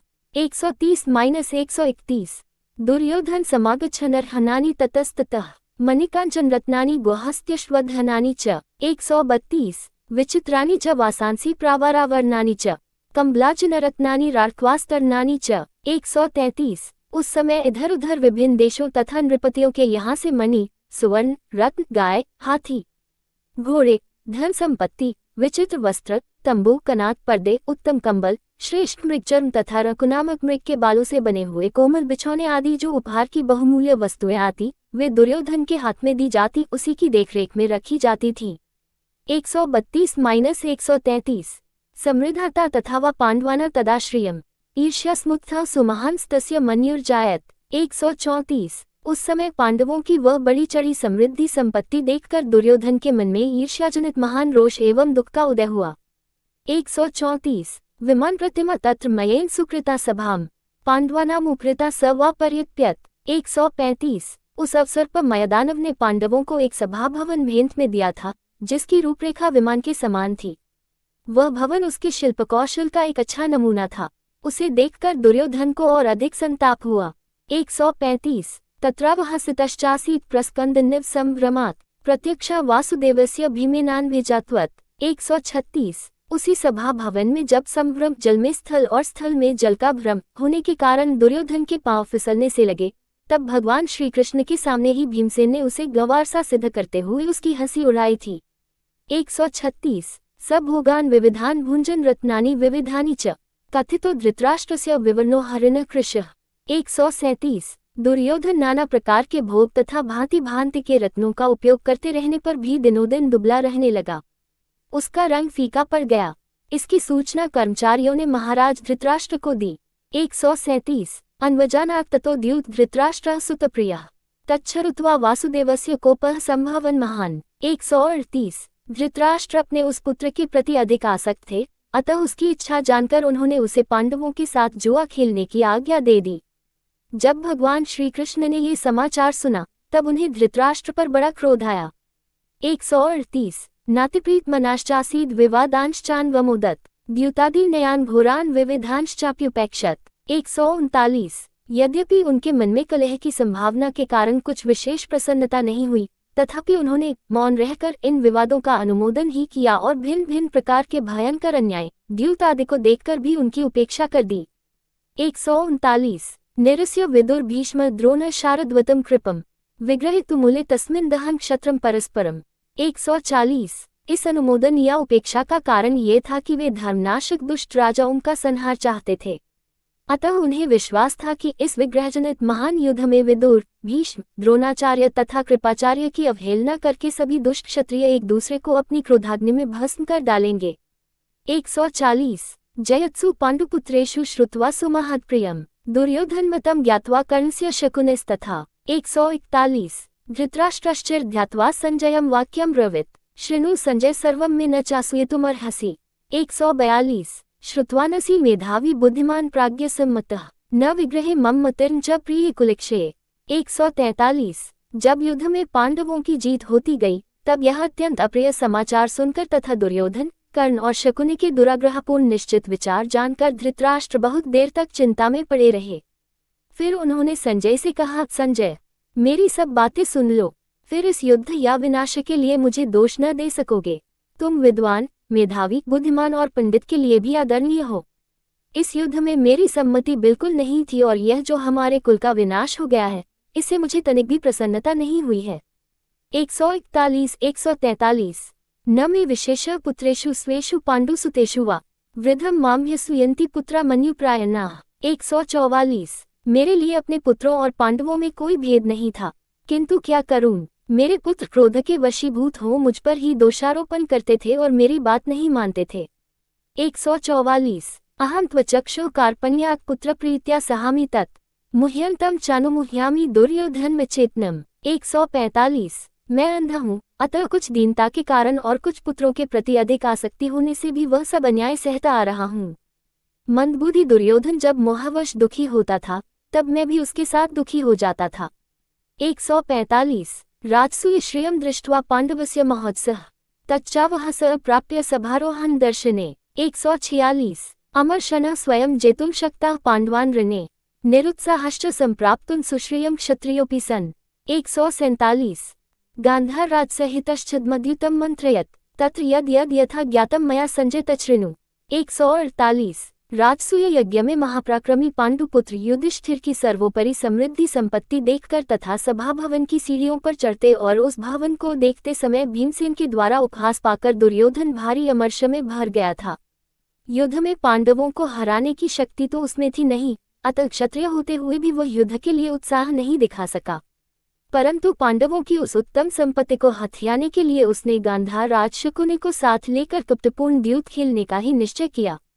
संजय इस प्रकार जुआ खेलने का निश्चय हो जाने पर उसके पहले और पीछे जो जो घटनाएं घटित हुई हैं उन सब का विचार करते हुए मैंने समय समय पर विजय की आशा के विपरीत जो जो अनुभव किया है उसे कहता हूँ, सुनो।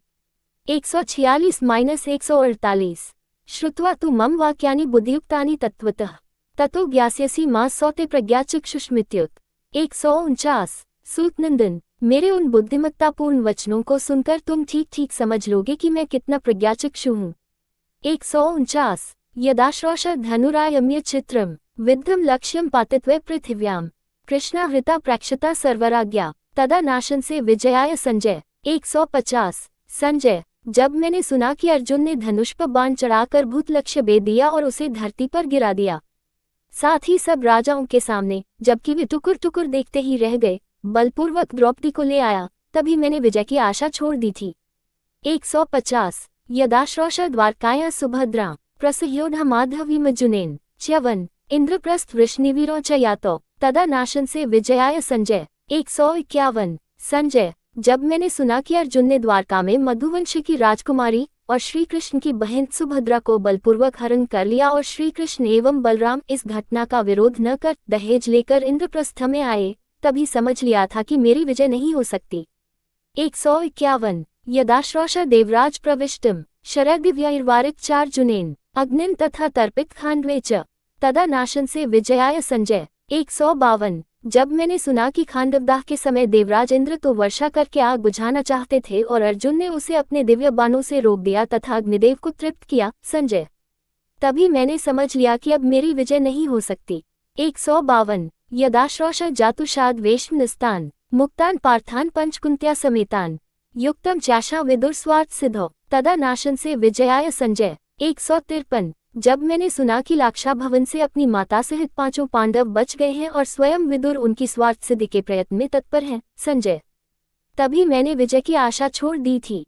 153 यदाश्रोष द्रौपदी रंग मध्ये लक्ष्यम भित्त्वा निर्जिताम अर्जुनेन शूरान पंचालान पांडवयांश्च युक्ता तदा नाशन से विजयाय संजय। 154 जब मैंने सुना कि रंगभूमि में लक्ष्यभेद करके अर्जुन ने द्रौपदी प्राप्त कर ली है और पांचाल वीर तथा पांडव वीर परस्पर संबद्ध हो गए हैं, संजय उसी समय मैंने विजय की आशा छोड़ दी। 154 यदाश्रोष मागधाना वरिष्ठ जरासंधम क्षत्रमध्ये ज्वलंतम दोर्भ्या हतम भीमसेनेन गत्वा तदा नाशन से विजयाय संजय। 155 जब मैंने सुना कि मगधराज शिरोमणि क्षत्रिय जाति के जाज्वल्यमान रत्न जरासंध को भीमसेन ने उसकी राजधानी में जाकर बिना अस्त्र शस्त्र के हाथों से ही चीर दिया, संजय मेरी जीत की आशा तो तभी टूट गई। 155 यदाश्रोष दिग्विजय पांडुपुत्र रवशीकृतान भूमिपालान प्रसह्य महाकृतु राजसूयम कृच्च तदा नाशन से विजयाय संजय। 156 जब मैंने सुना कि दिग्विजय के समय पांडवों ने बलपूर्वक बड़े बड़े भूमिपतियों को अपने अधीन कर लिया और महायज्ञ राजसूय संपन्न कर दिया। संजय, तभी मैंने समझ लिया कि मेरी विजय की कोई आशा नहीं है।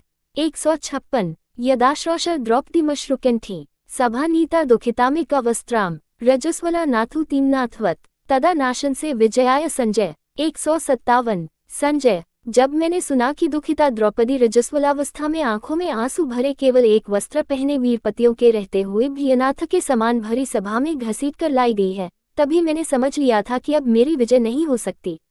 157 यदाश्रोषा वासा तत्र राश समाक्षिपत कित्वो मंदबुद्धेः दुशासनो गतवान नैव चांतम तदा नाशन से विजयाय संजय। 158 जब मैंने सुना कि धूर्त एवं मंदबुद्धि दुशासन ने द्रौपदी का वस्त्र खींचा और वहां वस्त्रों का इतना ढेर लग गया कि वह उसका पार न पा सका, संजय, तभी से मुझे विजय की आशा नहीं रही।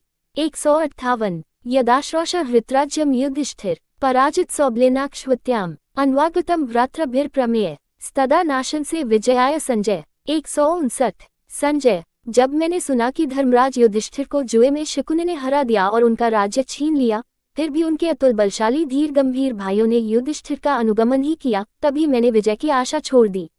159 यदाश्रोष विविधास्तत्र चेष्टा धर्मात्मना प्रस्थिताना वनाय ज्येष्ठ प्रीत्या क्लिश्यता पांडवाना तदा नाशन से विजयाय संजय। 160 जब मैंने सुना कि वन में जाते समय धर्मात्मा पांडव धर्मराज युधिष्ठिर के प्रेमवश दुख पा रहे थे और अपने हृदय का भाव प्रकाशित करने के लिए विविध प्रकार की चेष्टाएं कर रहे थे, संजय, तभी मेरी विजय की आशा नष्ट हो गई। 160 यदाश्रोष स्नातकाना सहस्रय रन्वागतम धर्मराज वंस्थम भिक्षाभुजा ब्राह्मणाना महात्मना तदा नाशन से विजयाय संजय। 161 जब मैंने सुना कि हजारों स्नातक वनवासी युधिष्ठिर के साथ रह रहे हैं और वे तथा दूसरे महात्मा एवं ब्राह्मण उनसे भिक्षा प्राप्त करते हैं, संजय, तभी मैं विजय के संबंध में निराश हो गया। 161 यदाश्रोषमर्जुन देवदेव किरातरुत्रयंबकम तोष्य युधे अवाप्तवंतम पाशुपतम महास्त्रम तदा नाशन से विजयाय संजय। 162 संजय, जब मैंने सुना कि किरातवेशधारी देवदेव त्रिलोचन महादेव को युद्ध में संतुष्ट करके अर्जुन ने पाशुपत नाम का महान अस्त्र प्राप्त कर लिया है, तभी मेरी आशा निराशा में परिणत हो गई। 162 यदाश्रोष वनवासितु पार्थान समाप्तान महर्षिभिः पुराणैः उपास्यमानान सगणर्जात सख्यान तदा नाशन से विजयाय संजय। यदाश्रोष त्रिदिवस्त धनंजयम शक्रात साक्षात दिव्यमस्त्रम यथावत अधियान शंसित सत्यसिंधम तदा नाशन से विजयाय संजय। 163 जब मैंने सुना कि वनवास में भी कुंती पुत्रों के पास पुरातन महर्षिगण पधारते और उनसे मिलते हैं, उनके साथ उठते बैठते और निवास करते हैं तथा सेवक संबंधियों से पांडवों के प्रति उनका मैत्री भाव हो गया है, संजय, तभी से मुझे अपने पक्ष की विजय का विश्वास नहीं रह गया था। जब मैंने सुना कि सत्यसंध धनंजय अर्जुन स्वर्ग में गए हुए हैं और वहां साक्षात इंद्र से दिव्य अस्त्र शस्त्र की विधिपूर्वक शिक्षा प्राप्त कर रहे हैं और वहां उनके पौरुष एवं ब्रह्मचर्य आदि की प्रशंसा हो रही है, संजय, तभी से मेरी युद्ध में विजय की आशा जाती रही। 163 यदाश्रोष कालकेयास्ततस्ते पौलोमानो वरदानाच दृप्ताः देवर्जया निर्जिताश्चार्जुनेन तदा नाशन से विजयाय संजय। 164 जब से मैंने सुना कि वरदान के प्रभाव से घमंड के नशे में चूर कालकेय तथा पौलोम नाम के असुरों को, जिन्हें बड़े बड़े देवता भी नहीं जीत सकते थे, अर्जुन ने बात की बात में पराजित कर दिया, तभी से संजय, मैंने विजय की आशा कभी नहीं की। 164 यदाश्रोषम सुराना वधार्थे किरीटन यान्तम मित्रकर्षणम कृतार्थ चाप्यागतम शक्रलोकात् तदा नाशन से विजयाय संजय। 165 मैंने जब सुना कि शत्रुओं का संहार करने वाले किरीटी अर्जुन असुरों का वध करने के लिए गए थे और इंद्रलोक से अपना काम पूरा करके लौट आए हैं, संजय, तभी मैंने समझ लिया अब मेरी जीत की कोई आशा नहीं। 165 यदाश्रोष तीर्थयात्रा प्रवृत्तम पांडव सुत सहित लोमशेन तस्माद श्रोषिदर्जुनस्यार्थ लाभ तदा नाशन से विजयाय संजय। यदाश्रोष वैश्रवनेन सार्धम समागतम भीमन्यांश्च पार्थान तस्मिन् देशे मानुषानां गम्ये तदा नाशन से विजयाय संजय। 166 जब मैंने सुना कि पांडुनंदन युधिष्ठिर महर्षि लोमशजी के साथ तीर्थयात्रा कर रहे हैं और लोमशजी के मुख से ही उन्होंने ये भी सुना है कि स्वर्ग में अर्जुन को अभीष्ट वस्तु दिव्यास्त्र की प्राप्ति हो गई है, संजय, तभी से मैंने विजय की आशा ही छोड़ दी। जब मैंने सुना कि भीमसेन तथा दूसरे भाई उस देश में जाकर, जहां मनुष्यों की गति नहीं है, कुबेर के साथ मेल मिलाप कर आए, संजय, तभी मैंने विजय की आशा छोड़ दी थी। 166 यदाश्रोषा घोषयात्राक्ताना बंधम गंधर्वैर्मोक्षणचार्जुनेन स्वेशा सुताना कर्णबुधोरताना तदा नाशन से विजयाय संजय। 167 जब मैंने सुना कि कर्ण की बुद्धि पर विश्वास करके चलने वाले मेरे पुत्र घोषयात्रा के निमित्त गए और गंधर्वों के हाथ बंदी बन गए और अर्जुन ने उन्हें उनके हाथ से छुड़ाया, संजय, तभी से मैंने विजय की आशा छोड़ दी। 167 यदाश्रोष यक्षरूपेण धर्म समागतम धर्मराजेन सूत प्रश्नान कांश्चिद विब्रुवान च सम्यक तदा नाशन से विजयाय संजय। 168 सूत संजय, जब मैंने सुना कि धर्मराज यक्ष का रूप धारण करके युधिष्ठिर से मिले और युधिष्ठिर ने उनके द्वारा किए गए गूढ़ प्रश्नों का ठीक ठीक समाधान कर दिया, तभी विजय के संबंध में मेरी आशा टूट गई। 168 यदाश्रोष न विदुर्माम कास्तान प्रच्छन्नरूपान वसतः पांडवेयान विराटराष्ट्रे सह कृष्ण्य च तदा नाशन से विजयाय संजय। 169 संजय, विराट की राजधानी में गुप्त रूप से द्रौपदी के साथ 5 पांडव निवास कर रहे थे, परंतु मेरे पुत्र और उनके सहायक इस बात का पता नहीं लगा सके। जब मैंने यह बात सुनी, मुझे ये निश्चय हो गया कि मेरी विजय संभव नहीं है। 169 यदाश्रोष कीचकाना वरिष्ठ निषूदित भ्रातृशतेन सार्धम द्रौपद्यर्थ भीमसेनेन संख्ये तदा नाशन से विजयाय संजय। यदाश्रोष मामकाना वरिष्ठान धनंजयनेकार्थेन भग्नान विराटराष्ट्रे वस्ता महात्मना तदा नाशन से विजयाय संजय। 170 संजय, जब मैंने सुना कि भीमसेन ने द्रौपदी के प्रति किए हुए अपराध का बदला लेने के लिए कीचकों के सर्वश्रेष्ठ वीर को उसके 100 भाइयों सहित युद्ध में मार डाला था, तभी से मुझे विजय की बिल्कुल आशा नहीं रह गई थी। संजय, जब मैंने सुना कि विराट की राजधानी में रहते समय महात्मा धनंजय ने एकमात्र रथ की सहायता से हमारे सभी श्रेष्ठ महारथियों को, जो गोहरण के लिए पूर्ण तैयारी के साथ वहां गए थे, मार भगाया, तभी से मुझे विजय की आशा नहीं रही। 170 यदाश्रोष सत्कृता मत्स्य राज्ञा सुता दत्तामुतरामर्जुनाय ता चार्जुना प्रत्यग्रहणात् सुतार्थे तदा नाशन से विजयाय संजय। 171 जिस दिन मैंने यह बात सुनी कि मत्स्यराज विराट ने अपनी प्रिय एवं सम्मानित पुत्री उत्तरा को अर्जुन के हाथ अर्पित कर दिया, परंतु अर्जुन ने अपने लिए नहीं, अपने पुत्र के लिए उसे स्वीकार किया, संजय, उसी दिन से मैं विजय की आशा नहीं करता था। 171 यदाश्रोष निर्जितस्याधनस्य प्रव्राजितस्य स्वजनात् प्रच्युतस्य अक्षौहिणी सप्त युधिष्ठिरस्य तदा नाशन से विजयाय संजय। 172 संजय, युधिष्ठिर जुए में पराजित हैं, निर्धन हैं, घर से निकाले हुए हैं और अपने सगे संबंधियों से बिछुड़े हुए हैं। फिर भी जब मैंने सुना कि उनके पास 7 अक्षौहिणी सेना एकत्र हो चुकी है, तभी विजय के लिए मेरे मन में जो आशा थी, उस पर पानी फिर गया। 172 यदाश्रोष माधव वासुदेव सर्वात्मना पांडवार्थे निविष्टम यस्येमा गांव विक्रम मेघमाहु तदा नाशन से विजयाय संजय। 173 वामनावतार के समय ये संपूर्ण पृथ्वी जिनके एक दिग में ही आ गई बताई जाती है, वे लक्ष्मीपति भगवान श्री कृष्ण पूरे हृदय से पांडवों की कार्यसिद्धि के लिए तत्पर हैं। जब ये बात मैंने सुनी, संजय, तभी से मुझे विजय की आशा नहीं रही। 173 यदाश्रोष नरनारायणो तो कृष्णार्जुनो वदतो नारदस्य अहम द्रष्टा ब्रह्मलोके च सम्यक तदा नाशन से विजयाय संजय। 174 जब देवर्षि नारद के मुख से मैंने यह बात सुनी कि श्री कृष्ण और अर्जुन साक्षात नर और नारायण हैं और इन्हें मैंने ब्रह्मलोक में भली भांति देखा है, तभी से मैंने विजय की आशा छोड़ दी। 174 यदाश्रोष लोकहिताय कृष्ण क्षमार्थिन्मुप्यतं कुरुनाम क्षमा कुर्वाणं कृतार्थ च यातम तदा नाशन से विजयाय संजय। 175 संजय, जब मैंने सुना कि स्वयं भगवान श्री कृष्ण लोक कल्याण के लिए शांति की इच्छा से आए हुए हैं और कौरव पांडवों में शांति संधि करवाना चाहते हैं, परंतु वे अपने प्रयास में असफल होकर लौट गए, तभी से मुझे विजय की आशा नहीं रही। 175 यदाश्रोष कर्ण दुर्योधनाभ्यां बुद्धिकृता निग्रहे केशवस्य तम चात्मान बहुधा दर्शयान तदा नाशन से विजयाय संजय। 176 संजय, जब मैंने सुना कि कर्ण और दुर्योधन दोनों ने ये सलाह की है कि श्री कृष्ण को कैद कर लिया जाए और श्री कृष्ण ने अपने आप को अनेक रूपों में विराट या अखिल विश्व के रूप में दिखा दिया, तभी से मैंने विजयाशा त्याग दी थी। 176 यदाश्रोष वासुदेवे प्रयाते रथस्य एकामृतस्तिष्ठमानाम आर्ता प्रथा सांत्विता केशवन तदा नाशन से विजयाय संजय। 177 जब मैंने सुना यहाँ से श्री कृष्ण के लौटते समय अकेली कुंती उनके रथ के सामने आकर खड़ी हो गई और अपने हृदय की आरती वेदना प्रकट करने लगी, तब श्री कृष्ण ने उसे भली भांति सांत्वना दी। संजय, तभी से मैंने विजय की आशा छोड़ दी। 177 यदाश्रोषम मंत्रिण वासुदेव तथा भीष्म शांतन्वं च तेषाम् भारद्वाज चाशिषोऽनुब्रुवान् तदा नाशन से विजयाय संजय। 178 संजय, जब मैंने सुना कि श्री कृष्ण पांडवों के मंत्री हैं और शांतनुनंदन भीष्म तथा भारद्वाज द्रोणाचार्य उन्हें आशीर्वाद दे रहे हैं, तब मुझे विजय प्राप्ति की किंचित भी आशा नहीं रही।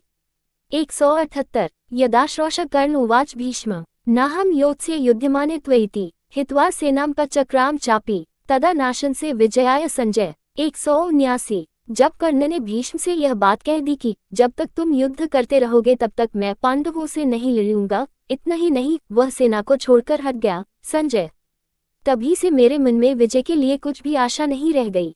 179 यदाश्रोष वासुदेवार्जुनो तो तथा धनुर्गांडीव प्रमेयम् त्रीण्युग्रवीर्याणि समाक्तानि तदा नाशन से विजयाय संजय। 180 संजय, जब मैंने सुना कि भगवान श्री कृष्ण, वीरवर अर्जुन और अतुलित शक्तिशाली गांडीव धनुष ये तीनों भयंकर प्रभावशाली शक्तियां इकट्ठी हो गई हैं, तभी मैंने विजय की आशा छोड़ दी। 180 यदाश्रोष कश्मलेनाभिपन्ने रथोपस्थे सीदमानेर्जुने वै कृष्ण लोकान दर्शयान शरीरे तदा नाशन से विजयाय संजय। 181 संजय, जब मैंने सुना कि रथ के पिछले भाग में स्थित मोहग्रस्त अर्जुन अत्यंत दुखी हो रहे थे और श्री कृष्ण ने अपने शरीर में उन्हें सब लोकों का दर्शन करा दिया, तभी मेरे मन से विजय की सारी आशा समाप्त हो गई। 181 यदाश्रोष भीष्मित्रकर्षण निघ्नन्तमाजावयुत रथानाम नैषा कश्चिद् वध्यते ख्यातरूप तदा नाशन से विजयाय संजय। 182 जब मैंने सुना कि शत्रुघाती भीष्म रणांगन में प्रतिदिन 10,000 रथियों का संहार कर रहे हैं, परंतु पांडवों का कोई प्रसिद्ध योद्धा नहीं मारा जा रहा है, संजय, तभी मैंने विजय की आशा छोड़ दी। 182 यदाश्रोष चापज्ञेयेन संख्ये स्वयं मृत्युविहित धार्मिकेन तच्चाकार्षो पांडव्याः प्रहृष्टा तदा नाशन से विजयाय संजय। 183 जब मैंने सुना कि परम धार्मिक गंगानंदन भीष्म ने युद्धभूमि में पांडवों को अपनी मृत्यु का उपाय स्वयं बता दिया और पांडवों ने प्रसन्न होकर उनकी उस आज्ञा का पालन किया, संजय, तभी मुझे विजय की आशा नहीं रही।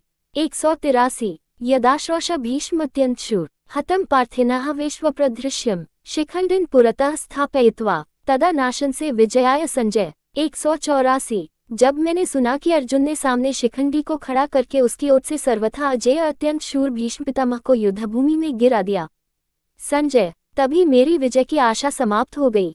184 यदाश्रोष शर्तल्पे शयान वृद्धम वीर सादित चित्तपुरख्यः भीष्म कृत्वा सोमकानल्पशेषां तदा नाशन से विजयाय संजय। 185 जब मैंने सुना कि हमारे वृद्ध वीर भीष्म पितामह अधिकांश सोमकवंशी योद्धाओं का वध करके अर्जुन के बाणों से क्षत विक्षत शरीर हो शरशय्या पर शयन कर रहे हैं, संजय, तभी मैंने समझ लिया अब मेरी विजय नहीं हो सकती।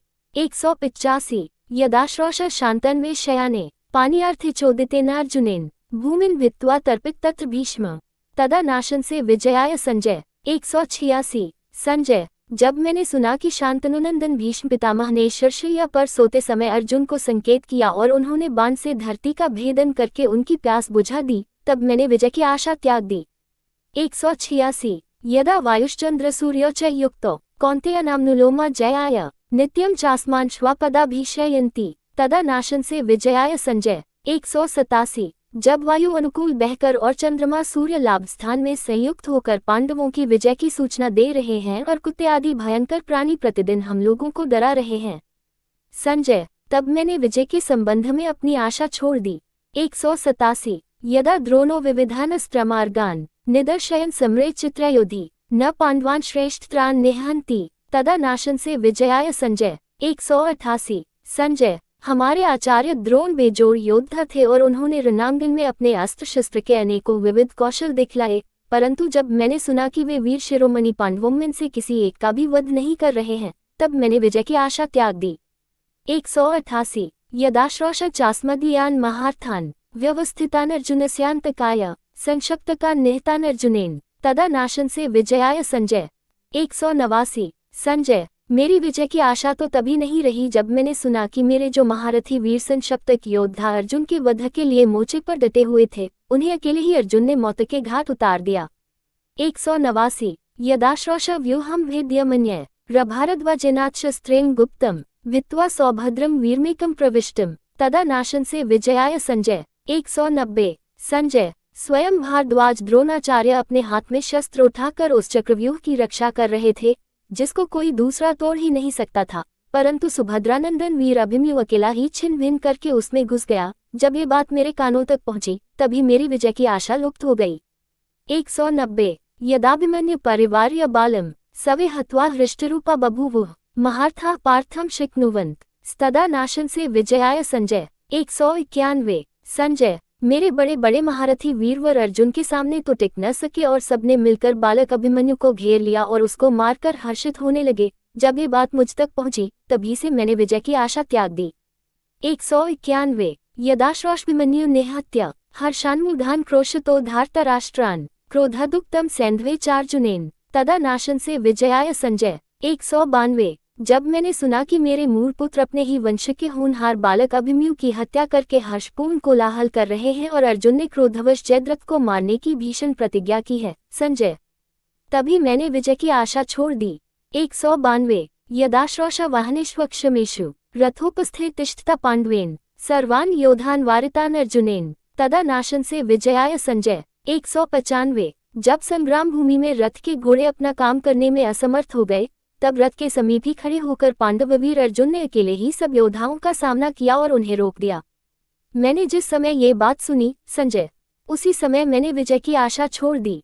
195 यदाश्रोष नागबलः सुदुस द्रोणानिकम योयुधान प्रमथ्य यातम वार्ष्णेयम यत्र तो कृष्ण पार्थो तदा नाशन से विजयाय संजय। 196 जब मैंने सुना कि वृषनिवंशावतंस योयुधान सात्विकी ने अकेले ही द्रोणाचार्य की उस सेना को, जिसका सामना हाथियों की सेना भी नहीं कर सकती थी, तितर बितर और तहस नहस कर दिया तथा श्री कृष्ण और अर्जुन के पास पहुंच गए संजय, तभी से मेरे लिए विजय की आशा असंभव हो गई। 196 यदाश्रोष कर्णमासाद्य मुक्तम वधात् भीम कुत्सयित्वा वचोभ्यः धनुष्कोट्यतुद्य कर्णेन वीर तदा नाशन से विजयाय संजय। 197 संजय जब मैंने सुना कि वीर भीमसेन कर्ण के पंजे में फंस गए थे, परंतु कर्ण ने तिरस्कार पूर्वक झिड़ककर और धनुष की नोक चुभाकर ही छोड़ दिया तथा भीमसेन मृत्यु के मुख से बच निकले संजय, तभी मेरी विजय की आशा पर पानी फिर गया।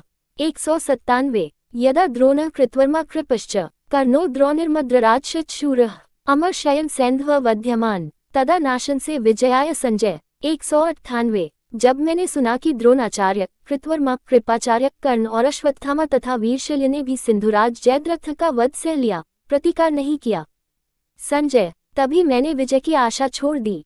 198 यदाश्रोष देवराजेन दत्ता दिव्या शक्तिन व्यंसिता माधवेन घटोत्कचे राक्षसी घोर रूपे तदा नाशन से विजयाय संजय। 199 संजय देवराज इंद्र ने कर्ण को कवच के बदले एक दिव्य शक्ति दे रखी थी और उसने उसे अर्जुन पर प्रयुक्त करने के लिए रख छोड़ा था, परंतु मायापति श्री कृष्ण ने भयंकर राक्षस घटोत्कच पर छुड़वाकर उससे भी वंचित करवा दिया। जिस समय ये बात मैंने सुनी उसी समय मेरी विजय की आशा टूट गई।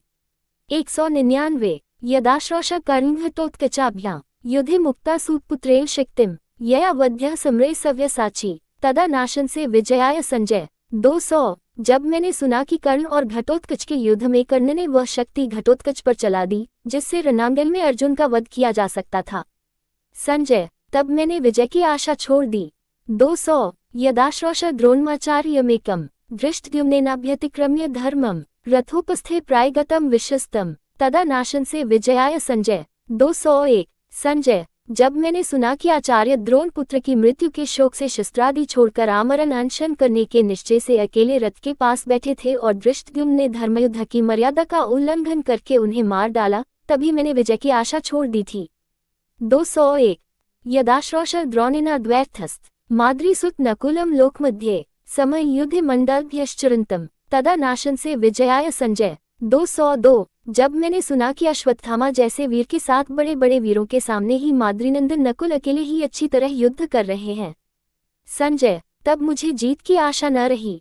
202 यदा द्रोणे निहते द्रोण पुत्रो नारायण दिव्यमस्त्रं विकुर्वन् नैषामन्तं गतवान् पांडवानां तदा नाशंसे विजयाय संजय। 203। जब द्रोणाचार्य की हत्या के अनंतर अश्वत्थामा ने दिव्य नारायणास्त्र का प्रयोग किया, परंतु उससे वह पांडवों का अंत नहीं कर सका। संजय, तभी मेरी विजय की आशा समाप्त हो गई।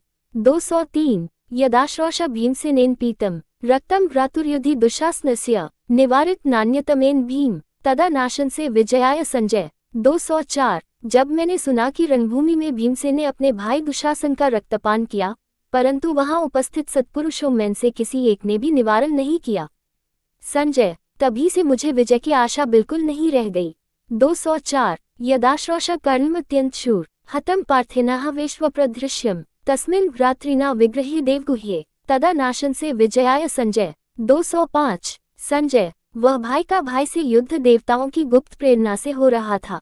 जब मैंने सुना कि भिन्न भिन्न युद्ध भूमियों में कभी पराजित न होने वाले अत्यंत शूर शिरोमणि कर्ण को पृथापुत्र अर्जुन ने मार डाला, तब मेरी विजय की आशा नष्ट हो गई। 205। यदाश्रोष द्रोणपुत्रं च शूर दुशासन कृतवर्मान मुग्रम युधिष्ठिर धर्मराज जयंतम तदा नाशंसे विजयाय संजय। 206। जब मैंने सुना कि धर्मराज युधिष्ठिर द्रोणपुत्र अश्वत्थामा शूरवीर दुशासन एवं उग्र योद्धा कृतवर्मा को भी युद्ध में जीत रहे हैं, संजय, तभी से मुझे विजय की आशा नहीं रह गई। 206। यदाश्रोष निहतम मद्रराज ऋणे शूर धर्मराजेन सूत सदा संग्रामे स्पर्धते यस्तु कृष्ण तदा नाशंसे विजयाय संजय। 207। संजय, जब मैंने सुना कि रणभूमि में धर्मराज युधिष्ठिर ने शूर शिरोमणि मद्रराज शल्य को मार डाला, जो सर्वदा युद्ध में घोड़े हाँकने के संबंध में श्री कृष्ण की होड़ करने पर उतारू रहता था, तभी से मैं विजय की आशा नहीं करता था। 207। यदाश्रोष कलहद्युतमूलम मायाबलम सौबलम पांडवेन हतम संग्रामे सहदेवेन पापन तदा नाशंसे विजयाय संजय। 208। जब मैंने सुना कि कलहकारी द्यू के मूल कारण केवल छल कपट के बल से बली पापी शकुनि को पांडुनंदन सहदेव ने रणभूमि में यमराज के हवाले कर दिया, संजय, तभी मेरी विजय की आशा समाप्त हो गई। 208। यदाश्रोष पांडवांस्तिष्ठमानान् गत्वा हृदय वासुदेवेन सार्धम अमर्शन धर्षयतः सुतमे तदा नाशंसे विजयाय संजय। 210। जब मैंने सुना कि उसी सरोवर के तट पर श्री कृष्ण के साथ पांडव जाकर खड़े हैं और मेरे पुत्र को असह्य दुर्वचन कहकर नीचा दिखा रहे हैं, तभी संजय, मैंने विजय की आशा सर्वथा त्याग दी। 210। यदाश्रोष विविधांश चित्रमार्गान् गदायुधे मंडल शश्चरन्तम मिथ्याहतम वासुदेवस्य बुद्धया तदा नाशंसे विजयाय संजय। 211। संजय, जब मैंने सुना कि गदायुद्ध में मेरा पुत्र बड़ी निपुणता से पैंतरे बदलकर रणकौशल प्रकट कर रहा है और श्री कृष्ण की सलाह से भीमसेन ने गदायुद्ध की मर्यादा के विपरीत जांघ में गदा का प्रहार करके उसे मार डाला, तब तो संजय, मेरे मन में विजय की आशा रह ही नहीं गई। 211। यदाश्रोष द्रोणपुत्राय भिस्ते रहतान पंचालान द्रौपदेयांश्च सुप्तान कृत बीभत्समयशस्यं च कर्म तदा नाशंसे विजयाय संजय। 212। संजय, जब मैंने सुना कि अश्वत्थामा आदि दुष्टों ने सोते हुए पांचाल नरपतियों और द्रौपदी के होनहार पुत्रों को मारकर अत्यंत बीभत्स और वंश के यश को कलंकित करने वाला काम किया है, तब तो मुझे विजय की आशा रही ही नहीं। 212। यदाश्रोष भीमसेनानुयते नाश्वत्थाम्ना परमास्त्रं प्रयुक्तम क्रुद्धे निशिकम वधीद्यैं गर्भ तदा नाशंसे विजयाय संजय। 213। संजय, जब मैंने सुना कि भीमसेन के पीछा करने पर अश्वत्थामा ने क्रोधपूर्वक सीत के बाण पर ब्रह्मास्त्र का प्रयोग कर दिया, जिससे कि पांडवों का गर्भस्थ वंशधर भी नष्ट हो जाए, तभी मेरे मन में विजय की आशा नहीं रही। 213। यदाश्रोष ब्रह्मशिरोर्जुनेन स्वस्तीत्युक्त्वास्त्रमस्त्रेण शांतम अश्वत्थाम्ना मणिरत्न च दत्तम तदा नाशंसे विजयाय संजय। 214। जब मैंने सुना कि अश्वत्थामा के द्वारा प्रयुक्त ब्रह्मशिर अस्त्र को अर्जुन ने स्वस्तिक स्वस्तिक कहकर अपने अस्त्र से शांत कर दिया और अश्वत्थामा को अपना मणिरत्न भी देना पड़ा, संजय, उसी समय मुझे जीत की आशा नहीं रही। 214। यदाश्रोष द्रोणपुत्रेण गर्भे वैराट्यावपात्यमाने महास्त्रैः द्वैपायनः केशवो द्रोणपुत्रं परस्परेणाभिशापाः शशाप। 215। शोच्या गांधारी पुत्रपौत्रैर्वेहिना तथा बन्धुभिः पितृभिर्भ्रातृभिश्च कृतकार्यं दुष्कर पाण्डवैः प्राप्तं राज्यं सपत्न पुनस्तेः। 216। जब मैंने सुना कि अश्वत्थामा अपने महान अस्त्रों का प्रयोग करके उत्तरा का गर्भ गिराने की चेष्टा कर रहा है तथा श्रीकृष्ण वेपान व्यास और स्वयं भगवान श्रीकृष्ण ने परस्पर विचार करके उसे शापों से अभिशप्त कर दिया है, तभी मेरी विजय की आशा सदा के लिए समाप्त हो गई। इस समय गांधारी की दशा शोचनीय हो गई है, क्योंकि उसके पुत्र पौत्र पिता तथा भाई बंधुओं में से कोई नहीं रहा। पांडवों ने दुष्कर कार्य कर डाला। उन्होंने फिर से अपना अकंटक राज्य प्राप्त कर लिया। 215-216 कष्टम युधि 10 शेषा श्रुता में त्रयोस्माकं पांडवाना च सप्त द्वयुना विंशतिराताक्षौहिन्यना तस्मिन् संग्रामे भैरवे क्षत्रियानाम 217। हाय हाय, कितने कष्ट की बात है। मैंने सुना है कि इस भयंकर युद्ध में केवल 10 व्यक्ति बचे हैं। मेरे पक्ष के 3 कृपाचार्य अश्वत्थामा और कृतवर्मा तथा पांडव पक्ष के 7 श्रीकृष्ण, सात्यकी और 5 पांडव। क्षत्रियों के इस भीषण संग्राम में 18 अक्षौहिणी सेनाएं नष्ट हो गईं। 217 तमस्त्वतीव विस्तीर्ण मोहाविशतीव माम संज्ञा नोपल भेसूत मनो विह्वलतीव में 218 सार्थे। ये सब सुनकर मेरी आंखों के सामने घना अंधकार छाया हुआ है। मेरे हृदय में मोह का आवेश सा होता जा रहा है। मैं चेतना शून्य हो रहा हूँ। मेरा मन विह्वल सा हो रहा है। 218 सौतिरुवाच इत्युक्त्वा धृतराष्ट्रोऽथ विलप्य बहुदुःखितः मूर्छितः पुनराश्वस्तः संजयम वाक्यम ब्रवीत। 219 उग्रश्रवाजी कहते हैं, धृतराष्ट्र ने ऐसा कहकर बहुत विलाप किया और अत्यंत दुख के कारण वे मूर्छित हो गए। फिर होश में आकर कहने लगे। 219 धृतराष्ट्रोवाच संजय अवगते प्राणास्त्यक्तुमिच्छामि मा चिरम स्तोकम ह्यपि न पश्यामि फलजीवितधारणे। 220 धृतराष्ट्र ने कहा, संजय, युद्ध का ये परिणाम निकलने पर अब मैं अविलंब अपने प्राण छोड़ना चाहता हूँ। अब जीवन धारण करने का कुछ भी फल मुझे दिखलाई नहीं देता। 220 सौतिरुवाच तम तथावादिन दीन विल्पंतम महीपतिम निःश्वसंतम यथा नाग मुह्यमान पुनः पुनः। 221 गावल गनिरिदम धीमान महार्थ वाक्यम ब्रवीत। उग्रश्रवाजी कहते हैं, जब राजा धृतराष्ट्र दीनतापूर्वक विलाप करते हुए ऐसा कह रहे थे और नाग के समान लंबी सांस ले रहे थे तथा बार बार मूर्छित होते जा रहे थे, तब बुद्धिमान संजय ने ये सारगर्भित प्रवचन किया। 221 संजय उवाच श्रुत्वानसि वै राजन् महोत्साहान् महाबलान्। 222 द्वैपायनस्य वदतो नारदस्य च धीमतः। संजय ने कहा, महाराज, आपने परम ज्ञानी देवर्षि नारद एवं महर्षि व्यास के मुख से महान उत्साह से युक्त एवं परम पराक्रमी नृपतियों का चरित्र श्रवण किया है। 222 महत्सु राजवंशेषु गुणैः समुदितेषु च। 223 जातान् दिव्यास्त्र विदुषः शक्रप्रतिम तेजसः धर्मेण पृथिवी जित्वा यज्ञैरिष्ट्वाप्ता दक्षिणः। 224 अस्मिन् लोके यशः प्राप्य ततः कालवशं गतान् शाभ्यं महार्थ वीर संजयं जैतावरम्। 225 सुहोत्रम रन्तिदेव च काक्षीवन्तम अथौषजम् बाह्लिकं दमन चाद्यम शर्यातिमजितनलम्। 226 विश्वामित्रं मित्रघ्नमम्बरीशं महाबलम् मरुत्तम मनुमिक्ष्वाकु गयं भरतमेव च।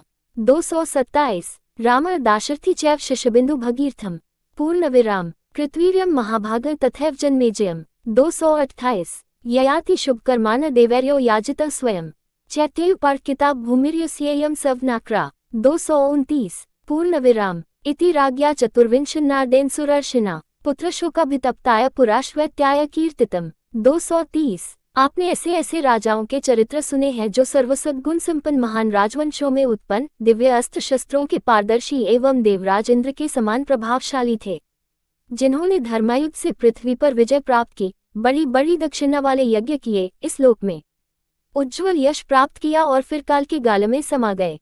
इनमें से महारथी शाब्य विजयी वीरों में श्रेष्ठ सृंजय, सुहोत्र, रंतिदेव, काक्षीवान, औशिज, बाहलिक, दमन, चाद्य, शर्याति, अपराजित नल, शत्रुघाती विश्वामित्र, महाबली अम्बरीश, मरुत, मनु, इक्ष्वाकु, गय्य, भरत, दशरथ नंदन श्रीराम, शिशबिंदु, भागीरथ, महाभाग्यशाली कृतवीर्य, जन्मेजय और वे शुभकर्मा ययाति, जिनका यज्ञ देवताओं ने स्वयं करवाया था, जिन्होंने अपनी राष्ट्रभूमि को यज्ञों की खान बना दिया था और सारी पृथ्वी यज्ञ संबंधी यूपु खंभों से अंकित कर दी थी। इन 24 राजाओं का वर्णन पूर्व काल में देवर्षि नारद ने पुत्रशोक से अत्यंत संतप्त महाराज श्वेत्य का दुख दूर करने के लिए किया था।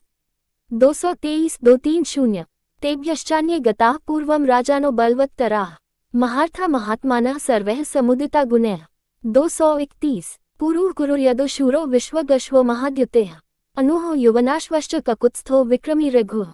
232 विजयो वीतिहो त्रोंगो भव श्वेतो बृहद गुरु उशिनरा शतर्थ कंको दुलिदुह द्रुम। 233 दम्भद्भव परोवेना सगर संकृतिर्निमेह अजय परशु पुनरा शंभुर्देवावृद्धूंघ। 234 देवाहय सुप्रतिमा सुप्रतीको बृहद्रथ महोत्साहो विनीतात्मा सुक्रतुर्नैष्ठुनल। 235 सत्यव्रता शांत भाया सुमित्रा सुबल प्रभु जानुज गुणरण्युक प्रियभृत्य शुचव्रत। 236 बलबंधुर निरामर्दः केतुशिंगो बृहद बल दृष्ट केतुर्बृहद केतुर्दीप्त केतुर्निराम्य। 237 अवीक्षिच पलो धूर्त कृतबंधुर्द्रेषु घ्यः महापुराण संभाव्य प्रत्यंगः परहाश्रुते। 238 अते चान्ये च राजानः शतशोत्सहस्रशः श्रुवन्ते शतशश्चान्ये संख्याताश्चैव पद्मशः। 239 हित्वा सुविपुलान् भोगान् बुद्धिमन्तो महाबलाः राजानो निधन प्राप्तास्तव पुत्रा इव प्रभो। 240 महाराज पिछले युग में इन राजाओं के अतिरिक्त दूसरे और बहुत से महारथी महात्मा शौर्य वीर आदि सद्गुणों से संपन्न परम पराक्रमी राजा हो गए हैं, जैसे पुरु कुरु यदु शूर महातेजस्वी विश्वगश्व अनु युवनाश्व ककुत्स्थ पराक्रमी रघु विजय वीतिहोत्र अन भव श्वेत गुरु उशिन शत्रत कन दुलिदो द्रुम दम्भद्भव पर वेन सगर संकृति निमि अजय परशु पुण्य शंभु निष्पाप देवावृद्ध देवाहवय सुप्रतिम सुप्रतीक बृहद्रथ महानोत्साही और महाविनायी सुक्रतु निष्ठराज नल सत्यव्रत शांत भाई सुमित्र सुबल प्रभु जानुजंग अनरण्य अर प्रियभृत्य शुचिव्रत बलबंधु निरामर्द केतुश्रृंग बृहद्बल दृष्टकेतु बृहत्केतु दीप्तकेतु निरामय अवीक्षित चपल धूर्त कृतबंधु द्रेशुधि महापुराणों में सम्मानित प्रत्यंग परहा और श्रुति ये और इनके अतिरिक्त दूसरे सैकड़ों तथा हजारों राजा सुने जाते हैं, जिनका सैकड़ों बार वर्णन किया गया है, और इनके सिवा दूसरे भी जिनकी संख्या पद्मों में कही गई है, बड़े बुद्धिमान और शक्तिशाली थे महाराज, किंतु वे अपने विपुल भोग वैभव को छोड़कर वैसे ही मर गए जैसे आपके पुत्रों की मृत्यु हुई है। 231 240 येषा दिव्यानि कर्माणि विक्रमस्त्यागैव च माहात्म्यमपि चास्तिक्यम सत्यम शौचम दयार्जवम। 241 विद्वद्भिः कथ्यते लोके पुराणे कविसत्तमः सर्वधिगुणसम्पन्नास्ते चापि निधन गताः। 242 जिनके दिव्य कर्म पराक्रम त्याग महात्म्य आस्तिकता सत्य पवित्रता दया और सरलता आदि सद्गुणों का वर्णन बड़े बड़े विद्वान एवं श्रेष्ठतम कवि प्राचीन ग्रंथों में तथा लोक में भी करते रहते हैं, वे समस्त संपत्ति और सद्गुणों से संपन्न महापुरुष भी मृत्यु को प्राप्त हो गए। 241-242 तव पुत्रा दुरात्मानः प्रतप्ताश्च मन्युना लुब्धा दुर्वृत्त भूयष्ठान तांछौचितुमर्हसि। 243 आपके पुत्र दुर्योधन आदि तो दुरात्मा क्रोध से जले भुने लोभी एवं अत्यंत दुराचारी थे, उनकी मृत्यु पर आपको शोक नहीं करना चाहिए। 243 श्रुत्वानसि मेधावी बुद्धिमान प्राज्ञ सम्मतः येषा शास्त्रानुगा बुद्धिर्ते मुह्यन्ति भारत। 244 आपने गुरुजनों से सत शास्त्रों का श्रवण किया है, आपकी धारणा शक्ति तीव्र है, आप बुद्धिमान हैं और ज्ञानवान पुरुष आपका आदर करते हैं। भरतवंश शिरोमणि जिनकी बुद्धि शास्त्र के अनुसार सोचती है, वे कभी शोक मोह से मोहित नहीं होते। 244 निग्रहानुग्रह चापि विदितते नराधिप नात्यंतमेवानुवृत्तेः कार्याते पुत्ररक्षणे। 245 महाराज आपने पांडवों के साथ निर्दयता और अपने पुत्रों के प्रति पक्षपात का जो बर्ताव किया है वह आपको विदित ही है, इसलिए अब पुत्रों के जीवन के लिए आपको अत्यंत व्याकुल नहीं होना चाहिए। 245 भवित्व्यम तथा तच नानुशोचितुमर्हसि दैव प्रज्ञा विशेषेण को निवर्तितुमर्हति। 246 होनहार ही ऐसी थी, इसके लिए आपको शोक नहीं करना चाहिए। भला इस सृष्टि में ऐसा कौन सा पुरुष है जो अपनी बुद्धि की विशेषता से होनहार मिटा सके। 246 विधत्र विहित मार्ग न कश्चिदतिवर्ते कालमूलमिदं सर्वं भाव भाव सुखा सुखे। 247 अपने कर्मों का फल अवश्य ही भोगना पड़ता है, यह विधाता का विधान है, इसको कोई टाल नहीं सकता। जन्म मृत्यु और सुख दुख सबका मूल कारण काल ही है। 247 कालः सृजति भूतानि कालः संहरते प्रजाः संहरन्तं प्रजाः का कालः शमयते पुनः। 248 काल ही प्राणियों की सृष्टि करता है और काल ही समस्त प्रजा का संहार करता है, फिर प्रजा का संहार करने वाले उस काल को महाकाल स्वरूप परमात्मा ही शांत करता है। 248 कालो ही कुरुते भावान सर्वलोके शुभाशुभान कालः संक्षिप्ते सर्वाः प्रजा विसृजते पुनः। 249 संपूर्ण लोकों में ये काल ही शुभ अशुभ सब पदार्थों का करता है। काल ही संपूर्ण प्रजा का संहार करता है और वही पुनः सबकी सृष्टि भी करता है। 249 कालः सुप्तेषु जागृति कालो हि दुरतिक्रमः। कालः सर्वेषु भूतेषु चरत्य विधृतः समः। 250 अतीतानागता भावा ये च वर्तन्ति साम्प्रतम्। तान् काल निर्मितान् बुद्ध्वा न संज्ञा हातुमर्हसि। 251 जब सुषुप्ति अवस्था में सब इंद्रियां और मनोवृत्तियां लीन हो जाती हैं, तब भी यह काल जागता रहता है। काल की गति का कोई उल्लंघन नहीं कर सकता। वह संपूर्ण प्राणियों में समान रूप से बेरोक-टोक अपनी क्रिया करता रहता है। इस सृष्टि में जितने पदार्थ हो चुके, भविष्य में होंगे और इस समय वर्तमान है, वे सब काल की रचना है। ऐसा समझकर आपको अपने विवेक का परित्याग नहीं करना चाहिए। 250-251 सौतिरुवाच इत्येव पुत्रशोकर्तं धृतराष्ट्रं जनेश्वरम् आश्वास्य स्वस्थं करोत् सूतो गावलगनिस्ता। 252 अत्रोपनिषदं पुण्य कृष्ण द्वैपायनो ब्रवीत विद्वद्भिः कथ्यते लोके पुराणे कविसत्तमः। 253 उग्रश्रवाजी कहते हैं, सूतवंशी संजय ने ये सब कहकर पुत्र शोक से व्याकुल नरपति धृतराष्ट्र को समझाया बुझाया और उन्हें स्वस्थ किया। इसी इतिहास के आधार पर श्री कृष्ण द्वैपायन ने इस परम पुण्यमयी उपनिषद रूप महाभारत का शोकातुर प्राणियों का शोक नाश करने के लिए एक निरूपण किया। विद्वज्जन लोक में और श्रेष्ठतम कवि पुराणों में सदा से इसी का वर्णन करते आए हैं। 252-253 भारताध्यायन पुण्यम पिपादमधीयतः श्रद्धानस्य पुअन्ते सर्वपापान्यशेषतः। 254 महाभारत का अध्ययन अंतःकरण को शुद्ध करने वाला है। जो कोई श्रद्धा के साथ इसके किसी एक श्लोक के एक पाद का भी अध्ययन करता है, उसके सब पाप संपूर्ण रूप से मिट जाते हैं। 254 देवा देवर्षयो ह्यत्र तथा ब्रह्मर्षयोम्लाः कीर्त्यन्ते शुभकर्मांस तथा यक्षा महुर्गाः। 255 इस ग्रंथ रत्न में शुभ कर्म करने वाले देवता, देवर्षि, निर्मल ब्रह्मर्षि, यक्ष और महानागों का वर्णन किया गया है।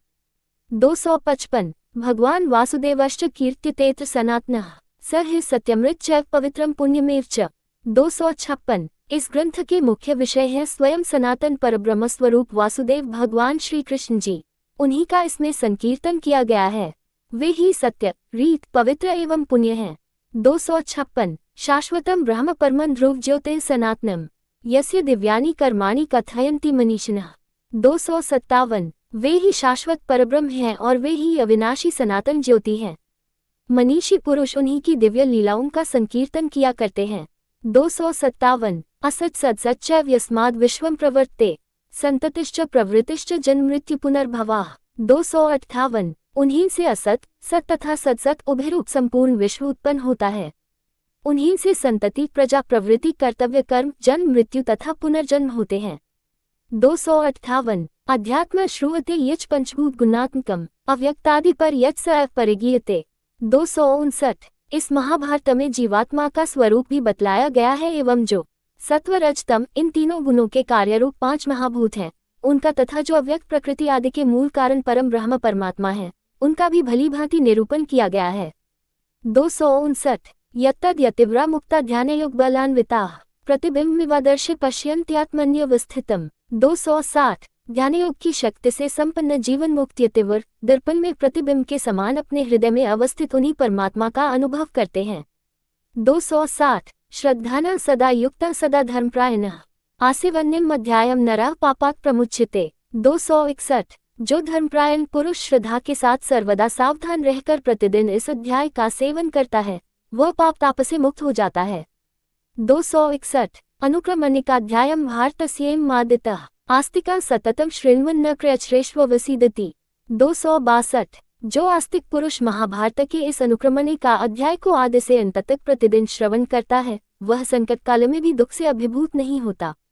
262 उभे संध्ये जपन किंचित सद्यो मुच्येत किल्बिषात् अनुक्रमण्या यावत् स्यादहना रात्र्या च संचितम्। 263 जो इस अनुक्रमणिका अध्याय का कुछ अंश भी प्रातः सायं अथवा मध्याह्न में जपता है, वह दिन अथवा रात्रि के समय संचित संपूर्ण पापराश से तत्काल मुक्त हो जाता है। 263 भारतस्य वपुर्ह्येतत् सत्यम चामृतमेव च नवनीतम यथा दग्नोद्विग्धा ब्राह्मणो यथा। 264 आरण्यकं च वेदेभ्य औषधिभ्योऽमृत यथा प्रदानामुदधे श्रेष्ठो गौरवरिष्ठा चतुष्पदाम्। 265 यथेतानितिहासाना तथा भारतमुच्यते यश्चैन श्रावयेच्छराधे ब्राह्मणान् पादमन्ततः। 266 अक्षमन्नपान्वे पितॄंस्तस्योपतिष्ठते। यह अध्याय महाभारत का मूल शरीर है। ये सत्य एवं अमृत है। जैसे दही में नवनीत, मनुष्यों में ब्राह्मण, वेदों में उपनिषद, औषधियों में अमृत, सरोवरों में समुद्र और चौपायों में गाय सबसे श्रेष्ठ है, वैसे ही उन्हीं के समान इतिहासों में यह महाभारत भी है। जो श्राद्ध में भोजन करने वाले ब्राह्मणों को अंत में इस अध्याय का 1/4 भाग अथवा श्लोक का एक चरण भी सुनाता है, उसके पितरों को अक्षय अन्नपान की प्राप्ति होती है। 264-266 इतिहास पुराणाभ्या वेदम समूह प्रणहेत। 267 बिभित्यल्पश्रुताद् वेदो माम्यम प्रहरिष्यति कार्ष्ण वेद में विद्वान श्रावयित्वार्थमश्नुते। 268 इतिहास और पुराणों की सहायता से ही वेदों के अर्थ का विस्तार एवं समर्थन करना चाहिए। जो इतिहास एवं पुराणों से अनभिज्ञ है, उससे वेद डरते रहते हैं कि कहीं यह मुझ पर प्रहार कर देगा। जो विद्वान श्री कृष्ण द्वैपायन द्वारा कहे हुए इस वेद का दूसरों को श्रवण कराते हैं, उन्हें मनोवांछित अर्थ की प्राप्ति होती है। 267-268 भ्रूण हत्यादिकं चापि पापं जह्यात् संशयम् य इमं शुचिर्ध्यायं पठेत् पर्वणि पर्वणि। 269 अधीतं भारततेन कृत्स्न स्यादिति मे मतेः यश्चैन श्रेणीयानित्यमार्ष श्रद्धास्मन्वितः। 270 स दीर्घमायो कीर्तिं च स्वर्गता चाप्नुया नरः एकतश्चतुरो वेदान् भारतचैत्येकतः। 271 पुरा किल सुरः सर्वैः समेत्य तुलया धृतम् चतुर्भ्यः सरहस्येभ्यो वेदेभ्यो ह्यधिकं यदा। 272 तदा प्रभूति लोकेस्मिन् महाभारतमुच्यते महत्त्वे च गुरुत्वे च ध्रियमाण यतोधिकम्। 273 और इससे भ्रूणहत्या आदि पापों का भी नाश हो जाता है, इसमें संदेह नहीं है। जो पवित्र होकर प्रत्येक पर्व पर इस अध्याय का पाठ करता है, उसे संपूर्ण महाभारत के अध्ययन का फल मिलता है, ऐसा मेरा निश्चय है। जो पुरुष श्रद्धा के साथ प्रतिदिन इस महर्षि व्यासप्रणीत ग्रंथरत्न का श्रवण करता है, उसे दीर्घायु, कीर्ति और स्वर्ग की प्राप्ति होती है। प्राचीन काल में सब देवताओं ने इकट्ठे होकर तराजू के एक पलड़े पर चारों वेदों को और दूसरे पर महाभारत को रखा, परंतु जब ये रहस्य सहित चारों वेदों की अपेक्षा अधिक भारी निकला, तभी से संसार में यह महाभारत के नाम से कहा जाने लगा। सत्य के तराजू पर तौलने से ये ग्रंथ महत्व, गौरव व गंभीरता में वेदों से भी अधिक सिद्ध हुआ है। 269-273 महत्वाद भारवत्वाच महाभारतमुच्यते निरुक्तमस्य यो वेद सर्वपापाः प्रमुच्यते। 274 अतः महत्ता, भारत व गंभीरता की विशेषता से ही इसको महाभारत कहते हैं। जो इस ग्रंथ के निर्वचन को जान लेता है, वह सब पापों से छूट जाता है। 274 तपो न कल्कोऽध्ययन न कल्कः स्वाभाविको वेदविधिर्न कल्कः प्रसह्य वित्ताहरण न कल्क स्थान्येव भावोपहतानि कल्कः। 275 तपस्या निर्मल है, शास्त्रों का अध्ययन भी निर्मल है, वर्णाश्रम के अनुसार स्वाभाविक वेदोक्त विधि भी निर्मल है और कष्टपूर्वक उपार्जन किया हुआ धन भी निर्मल है, किंतु वे ही सब विपरीत भाव से किए जाने पर पाप में है, अर्थात दूसरे के अनिष्ट के लिए किया हुआ तप, शास्त्राध्ययन और वेदोक्त स्वाभाविक कर्म तथा क्लेशपूर्वक उपार्जित धन भी पापयुक्त हो जाता है। तात्पर्य ये कि इस ग्रंथरत्न में भावशुद्धि पर विशेष जोर दिया गया है, इसलिए महाभारत ग्रंथ का अध्ययन करते समय भी भाव शुद्ध रखना चाहिए। 275